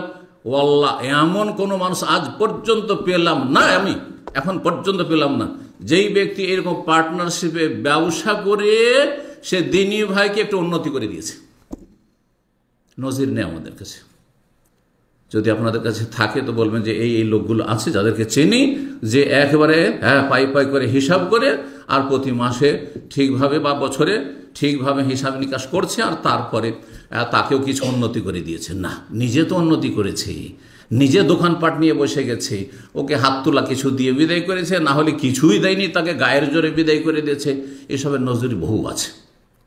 এত সহজ মনে করছেন মুক্তি, এত সহজ মনে করছে জাহান্নাম থেকে বেঁচে যাবেন? না, মোটি সহজ নয়। আল্লাহকে ভয় করুন, জাহান্নামকে ভয় করুন। ওয়াত্তাকুন নার আল্লাতী উইদ্দাতিল কাফির, জাহান্নাম তোমাদের জন্য তৈরি করা হয়নি হে মুসলিম। সুতরাং কাফেরদের মতো হয়ে গিয়ে আল্লাহ পরকালে অবিশ্বাসী যারা, তারাই সব কাজ করতে পারে। তুমি মুসলিম কি করে কাজ করছো যে মানুষের টাকাকে নয় ছয় করছো? আল্লাহ বোঝার তৌফিক দান করেন। বলছেন নবী সাল্লাল্লাহু আলাইহি ওয়াসাল্লাম, মান আখাযা আমওয়ালান নাস, যেই ব্যক্তি মানুষের টাকা পয়সা নিল, যেভাবে নেন না কেন, ধন সম্পদ নিলেন আপনি, ইউরিদু আদা আহা, সদ ইচ্ছা আছে, অন্তরে সৎ নিয়ত আছে যে টাকাটা তার ঠিকভাবে আদায় করে দেব, আমি তার আমানত রক্ষা করব, তাহলে আপনার এই সৎ নিয়তের বরকত হচ্ছে আদাল্লাহু আনহু, আল্লাহ আদায়ের ব্যবস্থা করে দেবেন। এটা তো ভাব অর্থ বললাম, আল্লাহ আদায় করে দেবেন, মানে আল্লাহ আপনাকে এমন শক্তি দেবেন যে আপনার অভাব হবে না, আপনি দিতে পারবেন। আপনি যেহেতু আপনি যখন ধার নিয়েছেন, অথবা যখন আপনি শেয়ারে ব্যবসার জন্য পয়সাটা রেখেছেন, অথবা একটা আপনি কমপ্লেক্স অথবা এই কিছু তৈরি করব আমরা যৌথভাবে, সেই জন্য আমরা প্লট কিনছি আর প্লটিং ব্যবসা করছি, সেখানে নিয়েছেন আপনি পয়সা, আর নিয়ত ছিল যে প্রত্যেককে যেইভাবে নিয়েছে আমি যেমন নেব সেইভাবে তাদেরকেও দেব। যদি ইউরিদু আদা আহা, সেটা যথাযথ হক আদায় করার যদি নিয়ত থাকে, আদাল্লাহু আনহু, আল্লাহ তার পক্ষ থেকে নিজে আদায় করে দেবেন। সুবহানাল্লাহ, ওয়াদা করতেন রব্বুল আলামিন। এটি ওহী, হাদিস ওহী, কোরআনের মতোই রাসূলুল্লাহ সাল্লাল্লাহু আলাইহি ওয়াসাল্লামের মোবারক জবান দিয়ে শুধু বেরিয়েছে। এছাড়া বিধানের দিক থেকে কোরআন হাদিসে কোনো পার্থক্য নেই। আর বিপরীত যদি ওমান আখাযা আমওয়ালান নাস, আর কেউ যদি মানুষের ধন আমওয়ালান নাস বলা হয়েছে, মুসলিমের বলা হয়নি, সহিহ আকীদার বলা হয়নি, হিন্দুর নিয়েছেন, ইহুদির নিয়েছেন, খ্রিস্টানের নিয়েছেন, বুদ্ধিস্টের নিয়েছেন, নাস্তিকের নিয়েছেন, যে কারণ আমওয়ালান নাস, যে কোনো মানুষের যদি আপনি পয়সা নেন, আর ইউরিদু ইতলাফাহা, উদ্দেশ্য আপনার অসৎ, টাকাটা হাতিয়ে নিতে পারলে তুই কে আর আমি কে, টাকা যদি আমার কাছে চলে আসার ব্যবসা দাঁড় করে দিতে পারি, তখন ওকে সাইড করে দেবো, আর ধীরে ধীরে ওকে কিস্তিতে কোন রকম করে দিয়ে, খুব বেশি হইলে আস্তে ধীরে দিয়ে ওকে বিদায় করে দেবো, আউট করে দেবো ওকে, ওর টাকা নিয়ে আমি ওরা ব্যবসায়ী হয়ে যাবো। আউযু বিল্লাহি মিনাশ শাইতানির রাজিম। যদি তুসুরপাত করা, নষ্ট করার উদ্দেশ্য থাকে, উদ্দেশ্যই ছিল অসৎ, যে তার হক নষ্ট করব, তাকে হক দেব না, তাকে সময় মতো দেব না, তাহলে আতলাফাহুল্লাহ, আল্লাহ ওই লোককে যে এই জুলম করলো, অত্যাচার করলো, হক নষ্ট করলো, তাকে আল্লাহ বরবাদ করে দেবেন। যেমন তোমার ভাষা নয়, আতলাফাহুল্লাহ, তাকে আল্লাহ নষ্ট করে দেবেন, তাকে আল্লাহ ধ্বংস করে দেবেন। দুনিয়া ধ্বংস, আখিরাত ধ্বংস। এমন আযাব আসবে যে সেখান থেকে আর কোনো মুক্তি পাবেন না। আর দুনিয়ায় আল্লাহ ধরলেন না, কোনো বালা মুসিবত আসলো না, রোগে আক্রান্ত হলেন না, আর আরও 50 বছর বেঁচে থেকে গেলেন, এ তো ধোকা খাওয়ার নাই। মরলেই শাস্তি শুরু হয়ে যাবে, কঠিন শাস্তি। দুনিয়াতে শাস্তি কিছু হলে তো আখেরাতে কিছু শাস্তি হালকা হইতো, কিন্তু দুনিয়াতে যখন আল্লাহ ছাড় দিয়েছেন, তার মানে আল্লাহ চাইছেন আখেরাতে আরও বেশি শাস্তি দেবো। এই জন্য দুনিয়াতে আপনাকে ছেড়ে দিয়েছেন আল্লাহ রাব্বুল আলামিন, কিছুটা ছাড় দিয়েছেন। এটা কখনো মনে করবেন না যে আল্লাহ তো ধরেননি, তার মানে আল্লাহ আমার উপর খুব খুশি আছে। আজকাল অধিকাংশ মানুষ আমাদের মুসলিম সমাজের যদি পয়সাওয়ালা হয় তো মনে করে আল্লাহ আমার উপর খুব খুশি আছে। পয়সা দিলেই আল্লাহ আপনার উপর খুশি আছে না, পয়সা আপনার জন্য বড় ফিতনা হইতে পারে যদি এই পয়সার হক আদায় না করেন। মানুষের হক নষ্ট করে এই পয়সা ইনকাম করেছেন, নাকি আপনি হালাল রুজি উপার্জন করেছে, এটা দেখার বিষয় রয়েছে। না হলে মনে এইটা কখনো করবেন না যে আল্লাহ আমার খুব সন্তুষ্ট, সেই জন্য আমাকে খুব সুখী রেখেছে, আর বাকিরা এরা তো রাতারাতি বড়লোক হইতে পারে না, আমি তো রাতারাতি বড়লোক হয়ে গেছি, না, কখনো মনে করবেন না। নবী সাল্লাল্লাহু আলাইহি ওয়াসাল্লাম আরেকটা হাদিস সহিহ মুসলিমে রয়েছে, আবু হুরায়রা রাদিয়াল্লাহু তাআলা বর্ণনা করছেন, রাসূলুল্লাহ সাল্লাল্লাহু আলাইহি ওয়াসাল্লাম বলেন, লা তুআদ্দুনাল হুকুকা ইলা আহলিহা, যার যে হক রয়েছে, প্রাপ্য অধিকার রয়েছে, সেটা অবশ্যই অবশ্যই তোমরা আদায় করে দিবে। কারো হক নষ্ট করিও না, যার যে হক রয়েছে ঠিকভাবে আদায় করে দিবে। যদি আদায় না করো তাহলে আখিরাত আদায় করতে হবে। লা তুআদ্দুনাল হুকুকা ইলা আহলি ইয়াউমাল কিয়ামাতে, দুনিয়াতে যদি আদায় না করো তো কিয়ামতের দিন আদায় করতে হবে, অবশ্যই আদায় করতে হবে। দুনিয়াতে আদায় করলে না, আখিরাত আদায় করতে হবে। এমন কি শুধু মানুষের হক নয়, বলছেন যে পশুতে পশুতে মারামারি, হ্যাঁ, বকরিতে বকরিতে মারামারি হয়েছে, বোঝা গেছে, গরুতে গরুতে ষাঁড়ে ষাঁড়ে মারামারি হয়েছে, লড়াই হয়েছে, উঁটে আর উঁটে মারামারি হয়েছে, এরও কেসাস কিয়ামতের দিন হবে। হাত্তা ইউকাদা লিশাতিল জালহা মিনাশ শাতিল কারনা, শাতুন মানে ছাগল, বকরি, শাতুন মানে কি বকরি। বকরি ছাগল দুই রকম, শিংওয়ালা আর বিনা শিংওয়ালা। বিনা শিংওয়ালা, বিনা শিং বিশিষ্ট বকরি, বকরার সাথে, খাসির সাথে, পাঁঠার সাথে, ধরেন শিংওয়ালা পাঁঠার লড়াই হয়েছে, আর শিংওয়ালা যেহেতু শিং আছে সেই জন্য সে কি করেছে, আঘাত করতে পেরেছে বিনা শিংওয়ালা বকরিকে বা খাসিকে, পাঁঠাকে বা উঁটকে বা গরুকে। হ্যাঁ, দুনিয়াতে তো তোমার শিং দিয়ে তুমি আক্রমণ করতে পেরেছো, আর তার শিং ছিল না, সেই জন্য সে নিজের প্রতিরক্ষাও করতে পারেনি আর তোমাকে আঘাত করতে পারেনি। হ্যাঁ, নিরুপায় ছিল। আখিরাতে কি হবে, হাত্তা ইউকাদা, কেসাস নেওয়া হবে। কাওয়াদুন মানে কেসাস, সেখানেও হাসর মাঠে কেসাস হবে। পশু পাখির মাঝে, পশু পাখিতে মারামারি করেছে, কেসাস, বদলা, প্রতিদান। বিনা শিংওয়ালাকে বলা হবে যে তোমাকে এখন শিং দেওয়া হলো, যে শিংওয়ালা দুনিয়াতে বকরি ছাগল ছিল, গরু ছিল, ওট ছিল, মারো তাকে, আর তুমি তাও তোমার কেসাস বদলা এখানে নিয়ে নাও। আর তারপরে মানুষের জন্য আর জিনের জন্য তো জান্নাত আর জাহান্নাম রয়েছে, কিন্তু পশু পাখির জন্য তার জান্নাত জাহান্নাম নেই। তো তারপরে আল্লাহ রাব্বুল আলামিনের পক্ষ থেকে হুকুম হবে, সৃষ্টিগত হুকুম, যে কুনি তোরাওয়ান, এখন তোমাদের কেসাস বদলা হয়ে গেছে জালেম আর মজলুমের, পশু পাখির মাঝে। এখন তোমরা মাটিতে মিশে যাও, নিশ্চিহ্ন হয়ে যাও। তখন সমস্ত পশু পাখি নিশ্চিহ্ন হয়ে যাবে।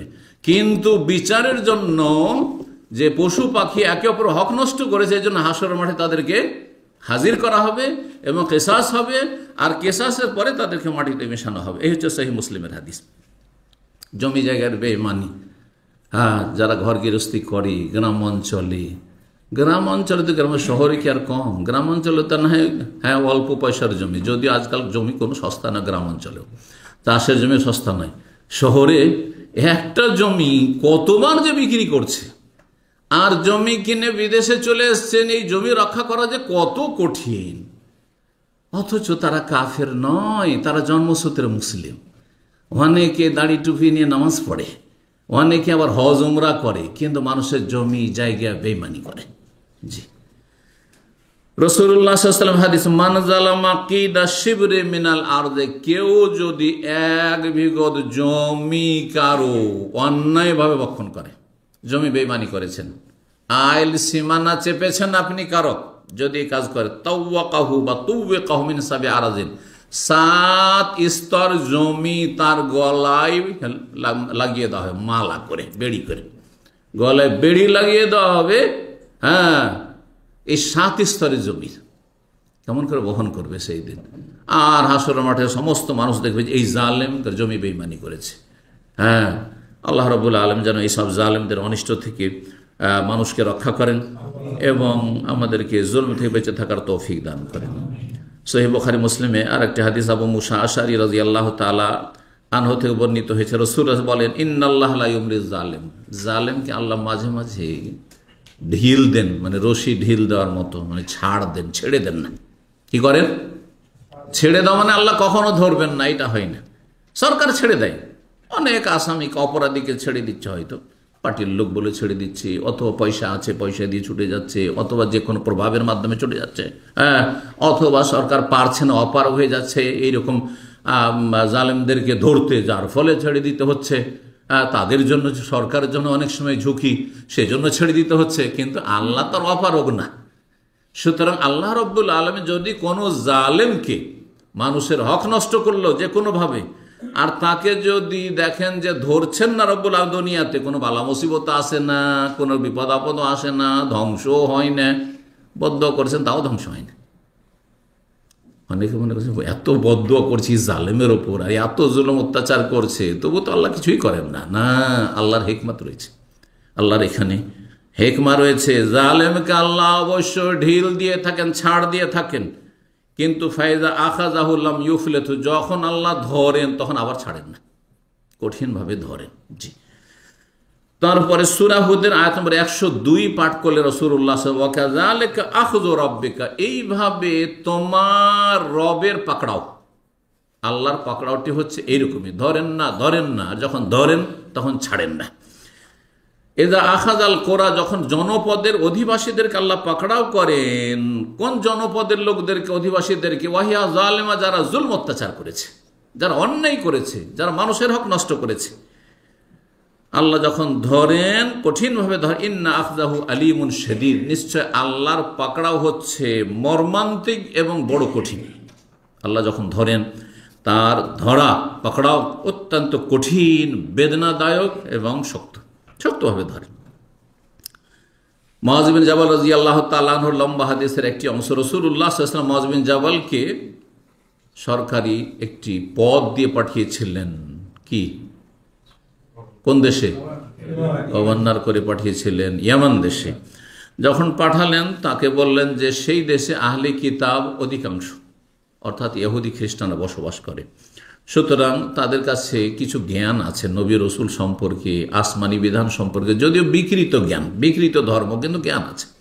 যেমন হিন্দু আর বুদ্ধিস্টদের তুলনায় ধরেন ইহুদি খ্রিস্টানদের কাছে কিছু জ্ঞান আছে, কিন্তু অস্পষ্ট জ্ঞান আছে, তার বিকৃত জ্ঞান আছে ধর্ম সম্পর্কে। এই জন্য তারাও বিভিন্ন শিরকে লিপ্ত হয়ে যায়, কিন্তু এত বেশি নয় যত বেশি শিরক ধরেন পৌত্তলিকরা করে, অগ্নি পূজকরা করে, মজুসিরা অথবা হিন্দুরা করে, এত বেশি নয়, কিন্তু শিরক আছে, তৃতীয়বাদ আছে খ্রিস্টানদের কাছে। তারপরও তাদের নবী রসুল সম্পর্কে কিছুটা জ্ঞান আছে, যদিও বিকৃত জ্ঞান আছে। তারপরে নবী রসুলদের মানহানিও করেছে, তাদের কিতাবগুলো বিকৃত হয়েছে, কিন্তু কিছুটা জ্ঞান আছে। তাই বললেন, ইন্নাকা তাতি কওমান মিন আহলিল কিতাব, তুমি আহলে কিতাবদের কাছে যাচ্ছ, সুতরাং তুমি তাদের সাথে কথা বলবে চিন্তা করে। শিক্ষিত লোকের সাথে কথা বলছেন না অশিক্ষিত লোকের সাথে কথা বলছেন, আপনাকে তখন ওজন করতে হবে যে আপনার কথার ভঙ্গিমাটা কেমন হওয়া উচিত, কথার ধরন কেমন হওয়া উচিত। আপনার কথা একটা কৃষি কাজ করে মানুষ, ক্লাস 2ও পড়েননি, আর সে যেমনভাবে বুঝছে ওইভাবে আপনি বুঝাবেন। আপনি একটা শিক্ষিত উচ্চশিক্ষিত লোককে বা উচ্চশিক্ষিত লোকের সাথে যেভাবে আপনি কথা বলেন, আপনি যুক্তি তর্কে, ওই যুক্তি তর্ক আপনি একটা মূর্খ লোককে বলবেন না, না, মোটেই না।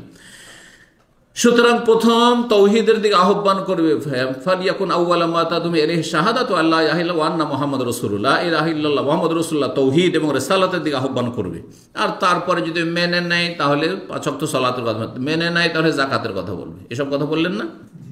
তারপর কি বললেন? জাকাত নেওয়ার ক্ষেত্রে জাকাত আদায় করছেন রাসূলুল্লাহ সাল্লাল্লাহু আলাইহি ওয়াসাল্লামের পক্ষ থেকে মুআয ইবনে জাবাল, তারপর সতর্ক সাবধান করছেন জাকাত নিতে গিয়ে আবার সীমা লঙ্ঘন করে যেন মানুষের হক নষ্ট না। ওয়াত্তাকি দাওয়াতাল মাজলুম, মজলুমের দোয়া থেকে সতর্ক সাবধান বেঁচে থাকবে। জাকাত নিতে হবে, এই জন্য গবাদি পশুর জাকাত হয় মধ্যম শ্রেণী গবাদি পশু। ধরেন ধানের ওসর নিতে হবে, হ্যাঁ, তাহলে গমের ওসর নিতে হবে। ধান সব রকম আছে, খুব বেশি দামি চাউল আছে, আর একবারে মোটা সস্তা চাউল আছে, মাঝামাঝি এটা নিতে হবে। এটা হচ্ছে শরীয়তের বিধান। এই ক্ষেত্রে রাসূলুল্লাহ সাহেব সতর্ক করে বলছেন যে জালেম তুমি হবে না, আর মজলুমের দোয়া যেন তোমাকে না লেগে যায়। কারণ মজলুম যদি কাফেরও হয়, মনে রাখবেন, যার উপর জুলম অত্যাচার করছেন সে যদি আল্লাহ পরকালে বিশ্বাসী নাও হয়, আর তার উপর অত্যাচার করছেন আপনি, তাকে মারধর করলেন, হ্যাঁ, তার পরিবারের উপর অত্যাচার করলেন, তার ধন সম্পদ আপনি লুটপাট করলেন, অথবা তার যে কোনো রকমের জুলম অত্যাচার অনেকে যেমন পাপীরা করে থাকে। যদি কাফের উপর জুলম অত্যাচার করেন, কাফেরও যদি আল্লাহর কাছে অভিযোগ করে যে আল্লাহ তুমি এই মুসলিম এই নামের এই লোকেরও বিচার করো, তাহলে আল্লাহ তার দোষ শুনে নেবে, আল্লাহ তার দোষ শুনে নেবে। ওয়াত্তাকি দাওয়াতাল ফাইন্নাহু লাইসা বাইনাহু ওয়া বাইনাল্লাহি, আল্লাহর মাঝে এবং মজলুমের দুয়ার মাঝে কোনো কি থাকে না, পর্দা থাকে না, সরাসরি দোয়া কবুল হয়ে যায়। আল্লাহ রাব্বুল আলামিন যেন আমাদের বুঝার তৌফিক দান করেন। এখানে একটি কথা আরো বলে দিই বিষয়টি স্পষ্ট করার জন্য। মক্কায় যখন আবরাহার হস্তি বাহিনী আসে আক্রমণ করার জন্য, আবরাহা ছিল খ্রিস্টান, এটা অনেকে জান। আবরাহা ছিল কি? খ্রিস্টান। আর মক্কার কাফেররা কি ছিল? মুশরিক, পৌত্তলিক। হ্যাঁ, 360টা মূর্তির কাবার চারিদিকে পূজা করছিল। আর তাদের প্রধান সর্দার ছিলেন কে? আব্দুল মুত্তালিব ইসলামের দাদা। আল্লাহর কাছে মুশরিকের চাইতে তুলনামূলক খ্রিস্টান ভালো। তার মানে এই না যে খ্রিস্টান মুক্তি পাবে, এতে কোনো সন্দেহ নাই যে সবাই কুফার কাফের, কিন্তু খ্রিস্টান চাইতে বেশি আল্লাহর কাছে নিকৃষ্ট হচ্ছে মুশরিক, পৌত্তলিক, ঠিক কিনা? কিন্তু জালেম যেহেতু আবরাহা ইয়ামান থেকে আসছে, নিজের ক্ষমতা প্রয়োগ করে জুলম অত্যাচার করার জন্য, মক্কার মানুষের উপর জুলম করার জন্য, মক্কার কাবা ঘরকে ধ্বংস করার জন্য, তখন দোয়া করেছিলেন কে? রাসূলুল্লাহ দাদা আব্দুল মুত্তালিব, যে আল্লাহ তুমি তোমার ঘরের হেফাজত করো। আল্লাহ কি করলেন? তাহলে যে বড় জালেম মুশরিক, তার বদদোয়া আল্লাহ শুনে নিচ্ছেন, কবুল করছেন, মনে রাখতে হবে। সুতরাং আপনি এই কথা মনে করেন না যে আমি তো অনেক ভালো মানুষ, অনেক ভালো কাজ করছি, সুতরাং কিছু যদি ত্রুটি থাকেও আর মানুষের টাকা পয়সা যদি বেইমানি করি, তা আল্লাহ আমাকে ছেড়ে দেবেন না, ছাড়বেন না।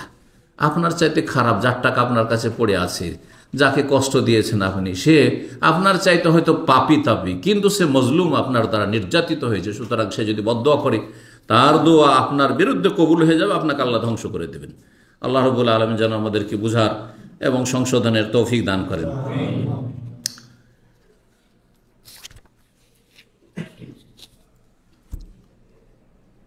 উম্মে সালামা রাদিয়াল্লাহু তাআলা আনহা নবী সাল্লাল্লাহু আলাইহি ওয়াসাল্লাম সহধর্মিণী হাদিসটি বর্ণনা করেছেন। রাসূলুল্লাহ সাল্লাল্লাহু আলাইহি ওয়াসাল্লামের কাছে বিচার আসত, বিভিন্ন সমস্যা মানুষের বিচার আসত। বিচারের নিয়ম হচ্ছে যে বাহ্যিক সাক্ষী এবং যে দুই পক্ষের কথা শুনে তারপর বিচার ফয়সালা করা, ঠিক না?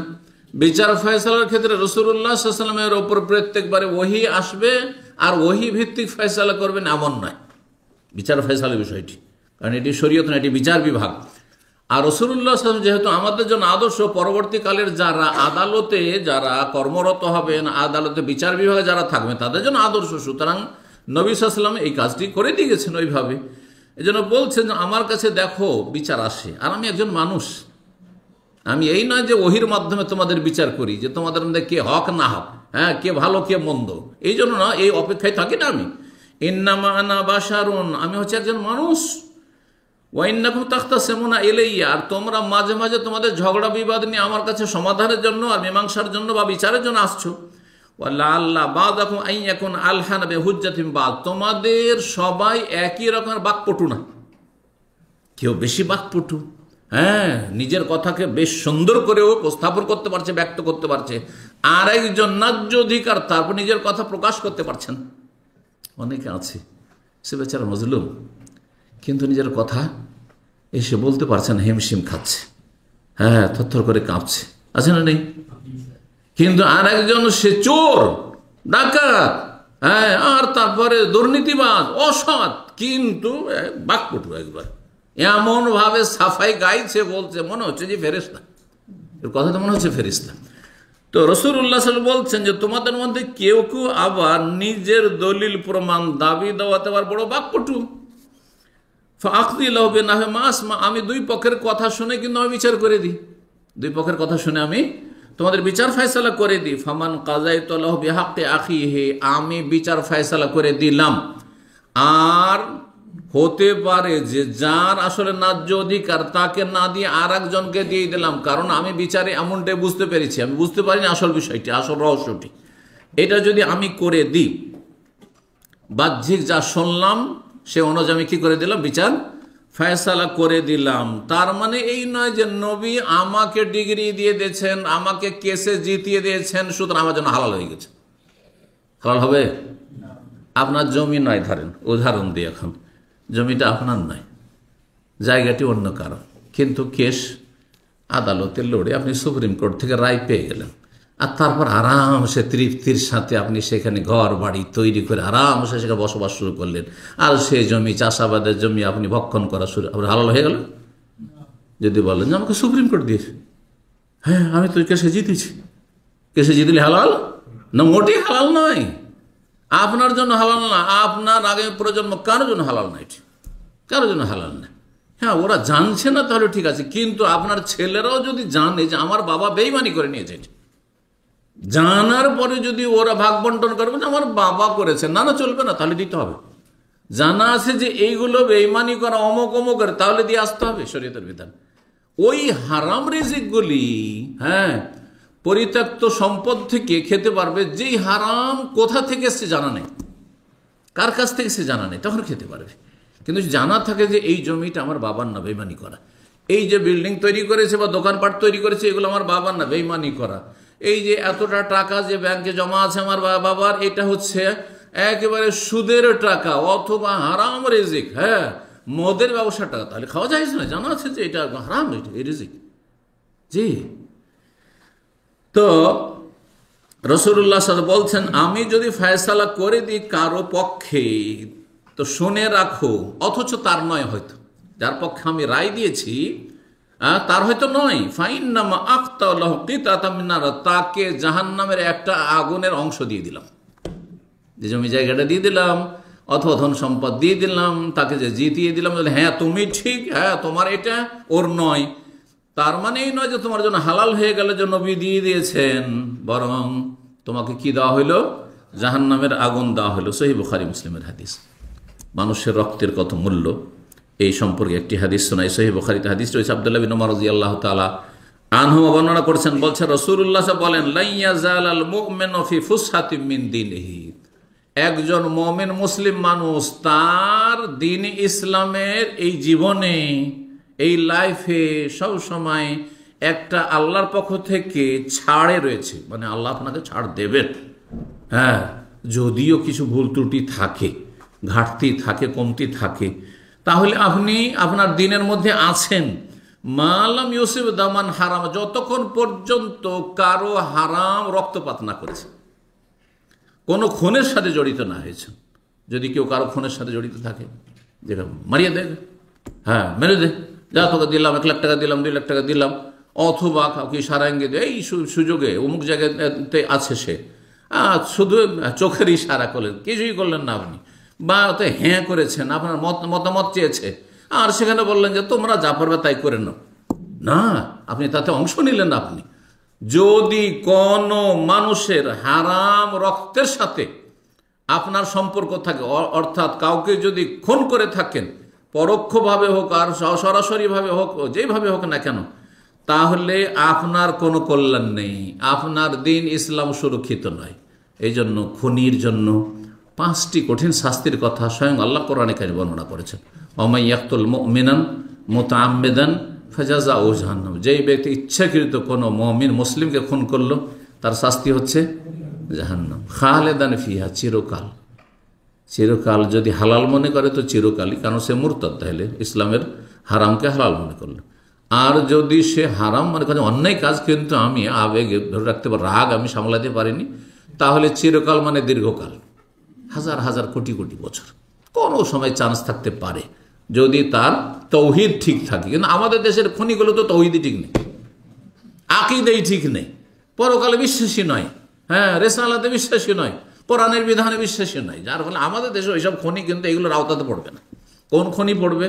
হয়তো 5 ওয়াক্ত নামাজি সহি আকীদার মানুষ, আর তারপরে তার এই অন্যায় কাজ হয়ে গেছে, তাকেও খালেদান ফিহা, আল্লাহ চিরকাল বলেছে। চিরকাল কখন বলা হয়?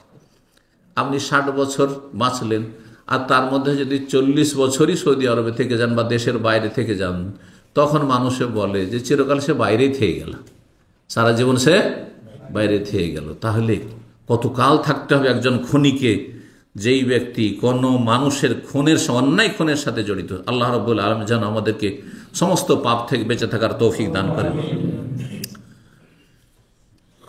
তারপরে আরেকটি হাদিস শোনায় সহিহ মুসলিমের, রাসূলুল্লাহ সাল্লাল্লাহু আলাইহি ওয়াসাল্লাম বলেছেন, আবু মামা হাদিসের বর্ণনা করে বলছেন, রাসূলুল্লাহ সাল্লাল্লাহু আলাইহি ওয়াসাল্লাম, মান ইক্তাতা হাক্কা ইমরি মুসলিমিন বিয়ামিনিহি, কেউ যদি কোনো কসম করে কারো কিছু বেঈমানি করেনি। আজকাল প্রবাসীদের রুমে বিভিন্ন সময় চুরি হচ্ছে, কখনো কার মোবাইল চুরি হয়ে গেল, হ্যাঁ কারো টাকা পয়সা চুরি হয়ে গেল, আবার ও দেশে যাবে কিছু বিয়ে শাদী করবে, অথবা তার বাড়িতে কোনো বিয়ে শাদী আছে, কোনো গয়না টয়না কিনে রেখেছে, অলংকার কিনে রেখেছে, চুরি হচ্ছে। আমাদের কাছে এই খবরগুলি মাঝে মাঝে আসতে থাকে। আর রুমের লোকই নিয়েছে, রুমের লোকই নিয়েছে, অথবা রুমে পাশের রুমে আছে হয়তো তারা নিয়েছে। হ্যাঁ, তাদেরকে কসম করতে বললে সবাই কসম করে নেয়, কসম করতে বললে সবাই কসম করে নেয়। সুবহানাল্লাহ, এইসব ঘটনা এখানে দাম্মামে অনেকবারই দেখলাম, সব কসম করে নিচ্ছে। রাসূলুল্লাহ সাল্লাল্লাহু আলাইহি ওয়াসাল্লাম তাদের শাস্তির কথা বলছেন, কেউ যদি কোন মুসলিমের, এবং শুধু মুসলিম না, মুসলিম বেশি সম্মানিত রবের কাছে, সেই জন্য মুসলিমের কথা বলেছে, কোনো অমুসলিমেরও যদি কোনো মানুষের হক বেঈমানি করে, বেয়ামিনেহি, কসম খেয়ে বেঈমানি করল, আল্লাহর কসম করে বলছি আমি তোমার মোবাইল জানি না, আল্লাহর কসম করে বলছি তোমার গয়নাটা আমি জানি, টাকা পয়সা কে নিয়েছে আমি জানি, অথচ সে নিয়েছে, অথবা জানে যে সে আর একজন নিয়েছে, ও জানে, কিন্তু তার দেশি, তার ডিস্ট্রিক্টের, তার গ্রামের, অথবা তার বাসাবাসী সেই জন্য বলবে না। যদি কসম খেয়ে বেঈমানি করে, ফাকাদ আউজাবাল্লাহু লাহুন নার, তার জন্য আল্লাহ জাহান্নাম ফরজ করে দিয়েছেন, জাহান্নাম ফরজ করে দিয়েছেন। কসম করে কারো কিছু বেঈমানি করলেন আপনি, জাহান্নাম ফরজ। ওয়া হারাম আলাইহিল জান্নাহ, জান্নাতকে আল্লাহ হারাম করে দিয়েছেন। জাহান্নাম ফরজ অবধারিত এবং জান্নাতকে হারাম করেছেন।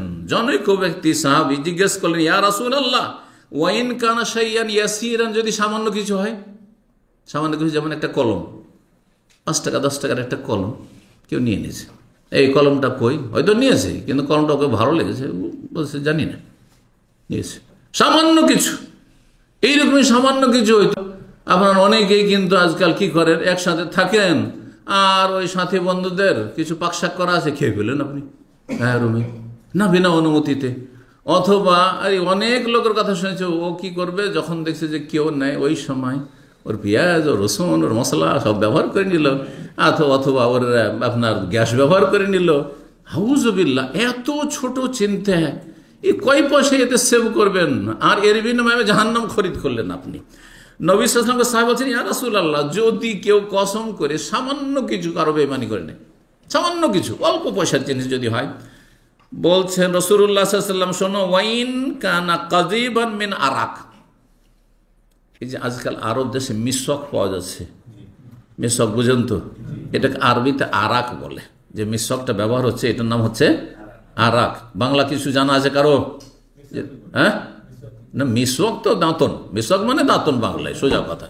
কিন্তু এই মিশকের গাছটা বা এই যে জড়, এটা জড়, হ্যাঁ শেকড়, এইটার নাম, এইটা কোন গাছ, এই গাছের নাম যারা আছে, উর্দু হিন্দিতে এটাকে পিল্লু বলা হয়। আমাদের সে নিমের দাঁতন হয়, তারপরে আপনার আরো কিছু গাছের দাঁতন ব্যবহার হয় না, হয় না, কারণ আমাদের সাথে এটা পাওয়া যায় না। এটা কোন এলাকা পাওয়া যায়? দক্ষিণ অঞ্চলে পাওয়া যায়। আমি জিজানে কয়েকবার বক্তব্য করতে গেছি, ইয়ামানের বর্ডারে, আর ইয়ামানের গ্রাম অঞ্চলগুলো দেখেছি, পাহাড়ের উপর থেকে পাশে, ওখান থেকে ঘুরে এসেছি। তো ওখানে গেলে জুমা মসজিদে যাচ্ছি, প্রোগ্রামে গিয়েছি, আর তারপর জুমা মসজিদে যাচ্ছি তো দেখছি যে দরজা দাঁড়িয়ে সবাই ওইভাবে বিতরণ করছে, দিচ্ছে লম্বা লম্বা, মানে একটা লম্বা আপনার শেকড় দিচ্ছে যাতে 4টা 5টা মেশক হবে, দেখেছেন তো ওরা বিক্রি করতে, যে লম্বা এই আর কাঁচা তাজা তাজা, মানে নিয়ে এসেছে মাঠ থেকে বা ওই থেকে জঙ্গল থেকে, ওগুলো কেটে নিয়ে এসেছে আর ওই ফ্রি বিতরণ করছে মসজিদের গেটে। তা আমি ভাইদেরকে জিজ্ঞাসা করলাম যে সুবহানাল্লাহ, এইখানে তো এই কাঁচা, যে আমরা তো পয়সা দিয়ে ওইরকম কাঁচা পাই না, আর ফ্রি কাঁচা বিতরণ হচ্ছে জুমার দিনে। বলছে এই এলাকাতে এই গাছগুলি অনেক আছে, দক্ষিণ অঞ্চলে সৌদি আরবে এই গাছগুলি আছে। এই গাছকে কি বলা হয়? আরাকের গাছ বলা হয়। কি বলছেন রাসূলুল্লাহ সাল্লাল্লাহু আলাইহি ওয়াসাল্লাম, যদি কারো একটা টুকরো থাকে, কাযীবান মানে একটা ডাল, একটা শাখা, জি এটা ডাল শাখা, যদি কিসের থাকে, ওই আরাক মিসওয়াকের, তার মানে একটা মিসওয়াকও যদি কারো চুরি করে, আর তারপরে বল ভাই মিসওয়াকটা আমি নিয়ে রেখেছিলাম, কোথায় গেল? বলছে আমি জানি না, অথচ মিসওয়াকটা ব্যবহার করে নিয়েছেন না আপনি, তাতেও কি হবে? জাহান্নামে যেতে হবে। চিন্তা করুন, এবং জান্নাত হারাম হয়ে যাবে। রাসূলুল্লাহ বলেছেন, সহিহ মুসলিমের হাদিস। সহিহ বুখারীর আরেকটা হাদিস শোনেন, তাহলে আরো স্পষ্ট হবে যে মানুষের হক কত মূল্যবান রবের কাছে। বলছেন আবু উমামা থেকে বর্ণিত, কানা আলা সাকালিন নবী রাজুলুন ইউকারু লাহু কারকারা, রাসূলুল্লাহ সাল্লাল্লাহু আলাইহি ওয়াসাল্লামের মাল সামান আসবাবপত্র সফরে, জিহাদের সফরে ছিলেন, আর সেই সময় সে কি করত? এগুলোর দেখাশোনা করত, রক্ষণাবেক্ষণ করত, মাল সামান উটের পিঠে উঠা হইল কি না, নামানো হইল কি না, ইত্যাদি দেখাশোনা। তো সেই ব্যক্তি হঠাৎ করে মারা গেল। ওই লোকটির নাম ছিল, বা ওই খাদেমের নাম ছিল কারকারা। তো বলছেন যে সে মারা গেল। রাসূলুল্লাহ সাল্লাল্লাহু আলাইহি ওয়াসাল্লাম বলছেন, ওই লোক এত বড় খেদমত করছে। কি খেদমত? স্বয়ং রাসূলুল্লাহ সাল্লাল্লাহু আলাইহি ওয়াসাল্লামের খাদেম মাল সামান উটের পিঠে উঠিয়ে দিচ্ছে, নামাচ্ছে, এবং রাসূলুল্লাহ সাল্লাল্লাহু আলাইহি ওয়াসাল্লামের পরিবারও জিহাদের সফরে সাথে থাকতো, তাদের মাল সামান গলি উটের পিঠে উঠিয়ে দিচ্ছে, নামিয়ে দিচ্ছে, এইসব দেখাশোনা করছে। আর সেই ব্যক্তি সম্পর্কে নবী সাল্লাল্লাহু আলাইহি ওয়াসাল্লাম বলছেন, হুয়া ফিন্নার, সে জাহান্নামে যাবে। তখন লোকেরা অবাক হয়ে গেল, কেমন কথা হলো? এই লোকটির তো বাহ্যিক কোনো অপরাধী দেখি না, গুনাহও দেখছি না, আর নবী সাল্লাল্লাহু আলাইহি ওয়াসাল্লাম বলছেন জাহান্নামী। ফাযাহাবু ইয়ানজুরুনা ইলাইহি, সাহাবীরা তখন দেখতে গেলেন একটু ভালো করে তদন্ত করে যে ব্যাপারটা কি, একে জাহান্নামী কেন বলে রাসূলুল্লাহ সাল্লাল্লাহু আলাইহি ওয়াসাল্লাম। বলছেন যে জিহাদের ময়দানে কাফেরদের যে গনিমতের ধন সম্পদ পাওয়া গেছে, কাফেররা যখন পরাজিত হয়ে রণক্ষেত্র ছেড়ে পালায়, আর তারপরে যে ধন সম্পদগুলি ছেড়ে পালায়, সেগুলি হাসিল হয়, ওইগুলোর নাম হচ্ছে গনিমত। ওয়ালামু আন্নামা গানিমতুম মিন শাইইন, গনিমতের ধন সম্পদ। তো গনিমতের ধন সম্পদ ভাগ বন্টন করবেন কে? যিনি আমিরুল মুমিনিন হবেন, যিনি শাসক অথবা সেনাপ্রধান হবেন, তিনি। তার বিনা হুকুমে সামান্য একটা কিছু কেউ নিতে পারবে না। এই ব্যক্তিকে একটা চাদর খুব পছন্দ লেগেছে, মাল সামান উঠাচ্ছে, নামাচ্ছে, বহন করছে সব।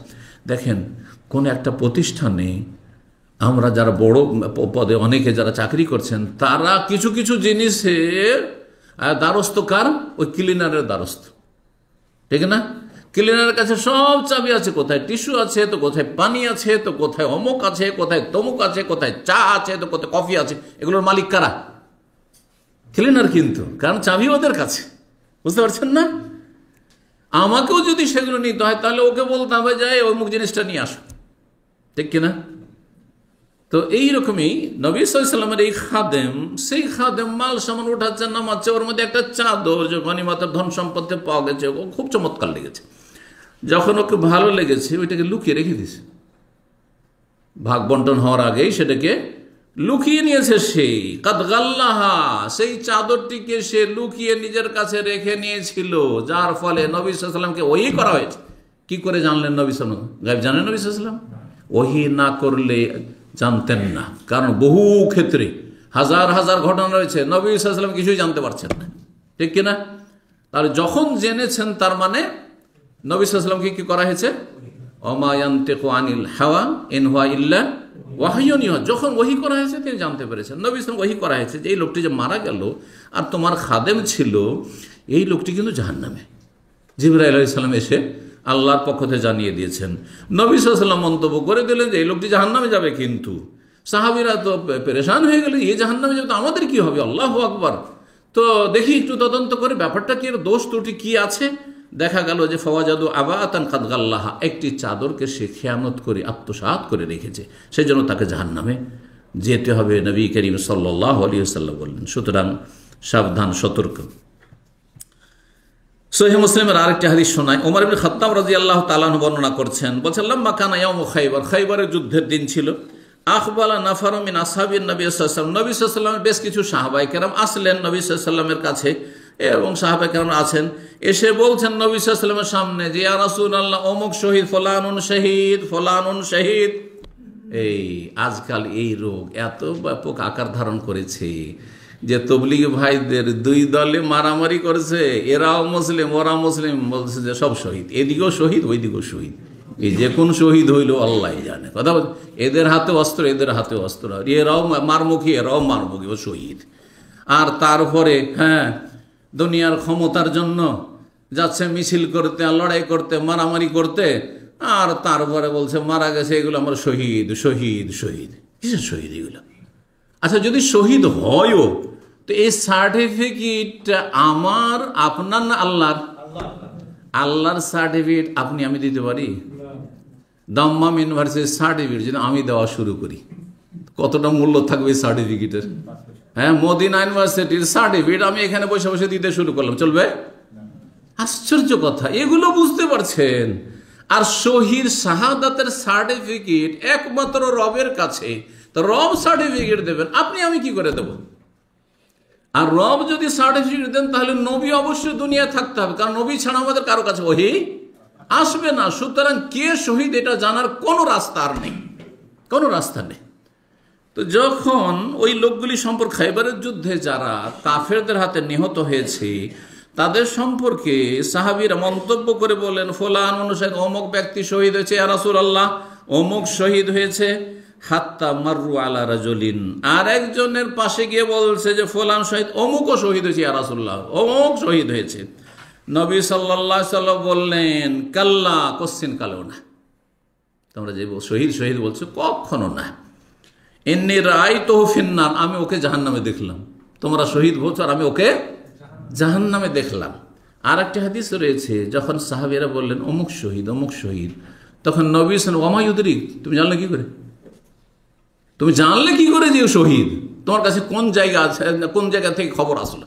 জিবরাইল এসেছে, আল্লাহর খবর এসছে, কি করে জানলে এই সার্টিফিকেটের কথা? তো বলছেন যে নবী সাল্লাল্লাহু আলাইহি ওয়াসাল্লাম বলছেন, কোশ্চিন কালেও সে শহীদ নয়, শহীদ হলে তো জান্নাতি হইতো। ইন্নী রাআইতুহু ফিন্নারি ফি বুরদাতিন গাল্লাহা ওয়া আবাতিন, আমি তাকে জাহান্নামে জ্বলতে দেখেছি এই জন্য যে সে একটি চাদর কি করেছিল, আত্মসাৎ করেছিল, চুরি করেছিল, সেই জন্য। সহিহ মুসলিমের হাদিস। একটি চাদরের জন্য যদি জাহান্নামে যেতে হয় তো মানুষের 1 লাখ 2 লাখ টাকা 5 লাখ টাকা নিলেন পার্টনারশিপে ব্যবসার জন্য, আর তারপরে টাকাও দিচ্ছেন না, লভ্যাংশও দিচ্ছেন না, আর হিসাব নিকাশও দিচ্ছেন না, কি জবাব দেবেন?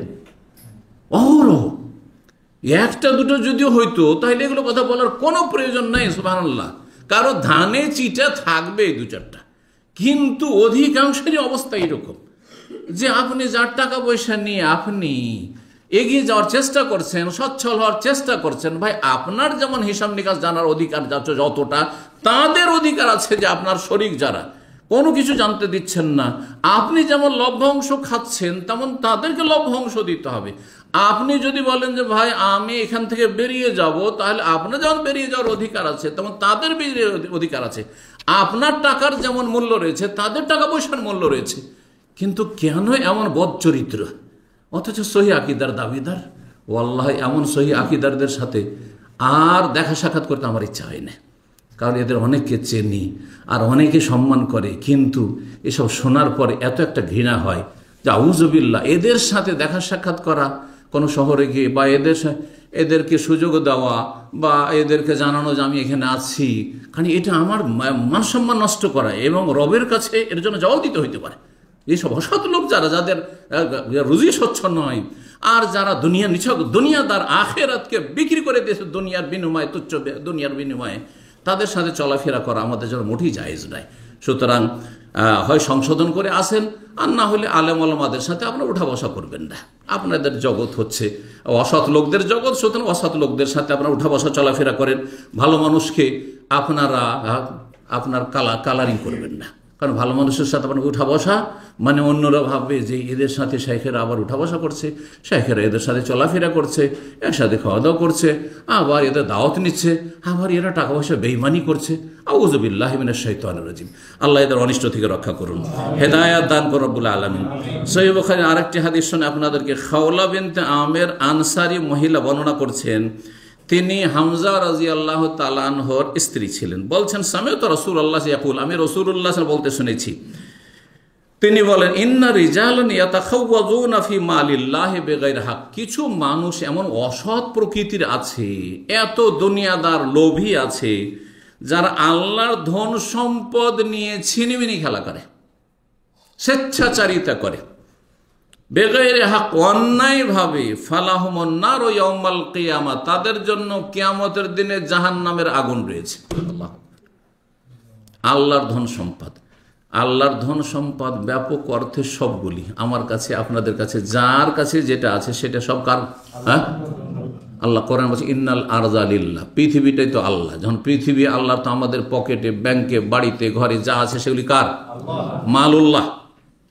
কিন্তু বিশেষভাবে এই হাদিস সরকারি ধন সম্পদ, রাষ্ট্রীয় সম্পদ, জাতীয় সম্পদ, এইরকমই যে কোনো সংগঠনের যে অর্থ সম্পদ রয়েছে, অথবা কোনো সমাজের, আমাদের দেশের সমাজ আছে, আবার ওই সর্দার মণ্ডলের সমাজ আছে না নেই, আর সেখানে আপনার ওই ফিতরা জমা হচ্ছে, সেখানে আপনার ওই চামড়ার পয়সা জমা হচ্ছে, তো ওখানে তারপরে মাদ্রাসাওয়ালাদের, মাদ্রাসা যিনি মহতামিম দায়িত্বশীলরা রয়েছেন, তাদের কাছে টাকা পয়সা নামানো যাচ্ছে, তাদের ব্যক্তিগত অ্যাকাউন্টে পর্যন্ত যাচ্ছে, আর মাদ্রাসার অ্যাকাউন্টে যাচ্ছে, আর তারা তাতে স্বেচ্ছাচারিতা করছে।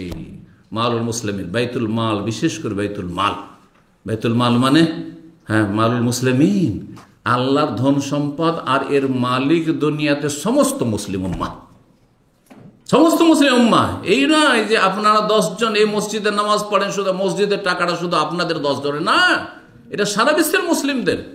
সুতরাং এই টাকা পয়সাগুলি, মাদ্রাসার টাকা, মসজিদের টাকা, আর আমানতের টাকা, ইসলামী সেন্টারের টাকা, আর কোনো জনকল্যাণমূলক কোনো একটা সংস্থার সেখানকার টাকা, তারপরে রাষ্ট্রীয় সম্পদ, সবগুলি সামিল এই হাদিসে।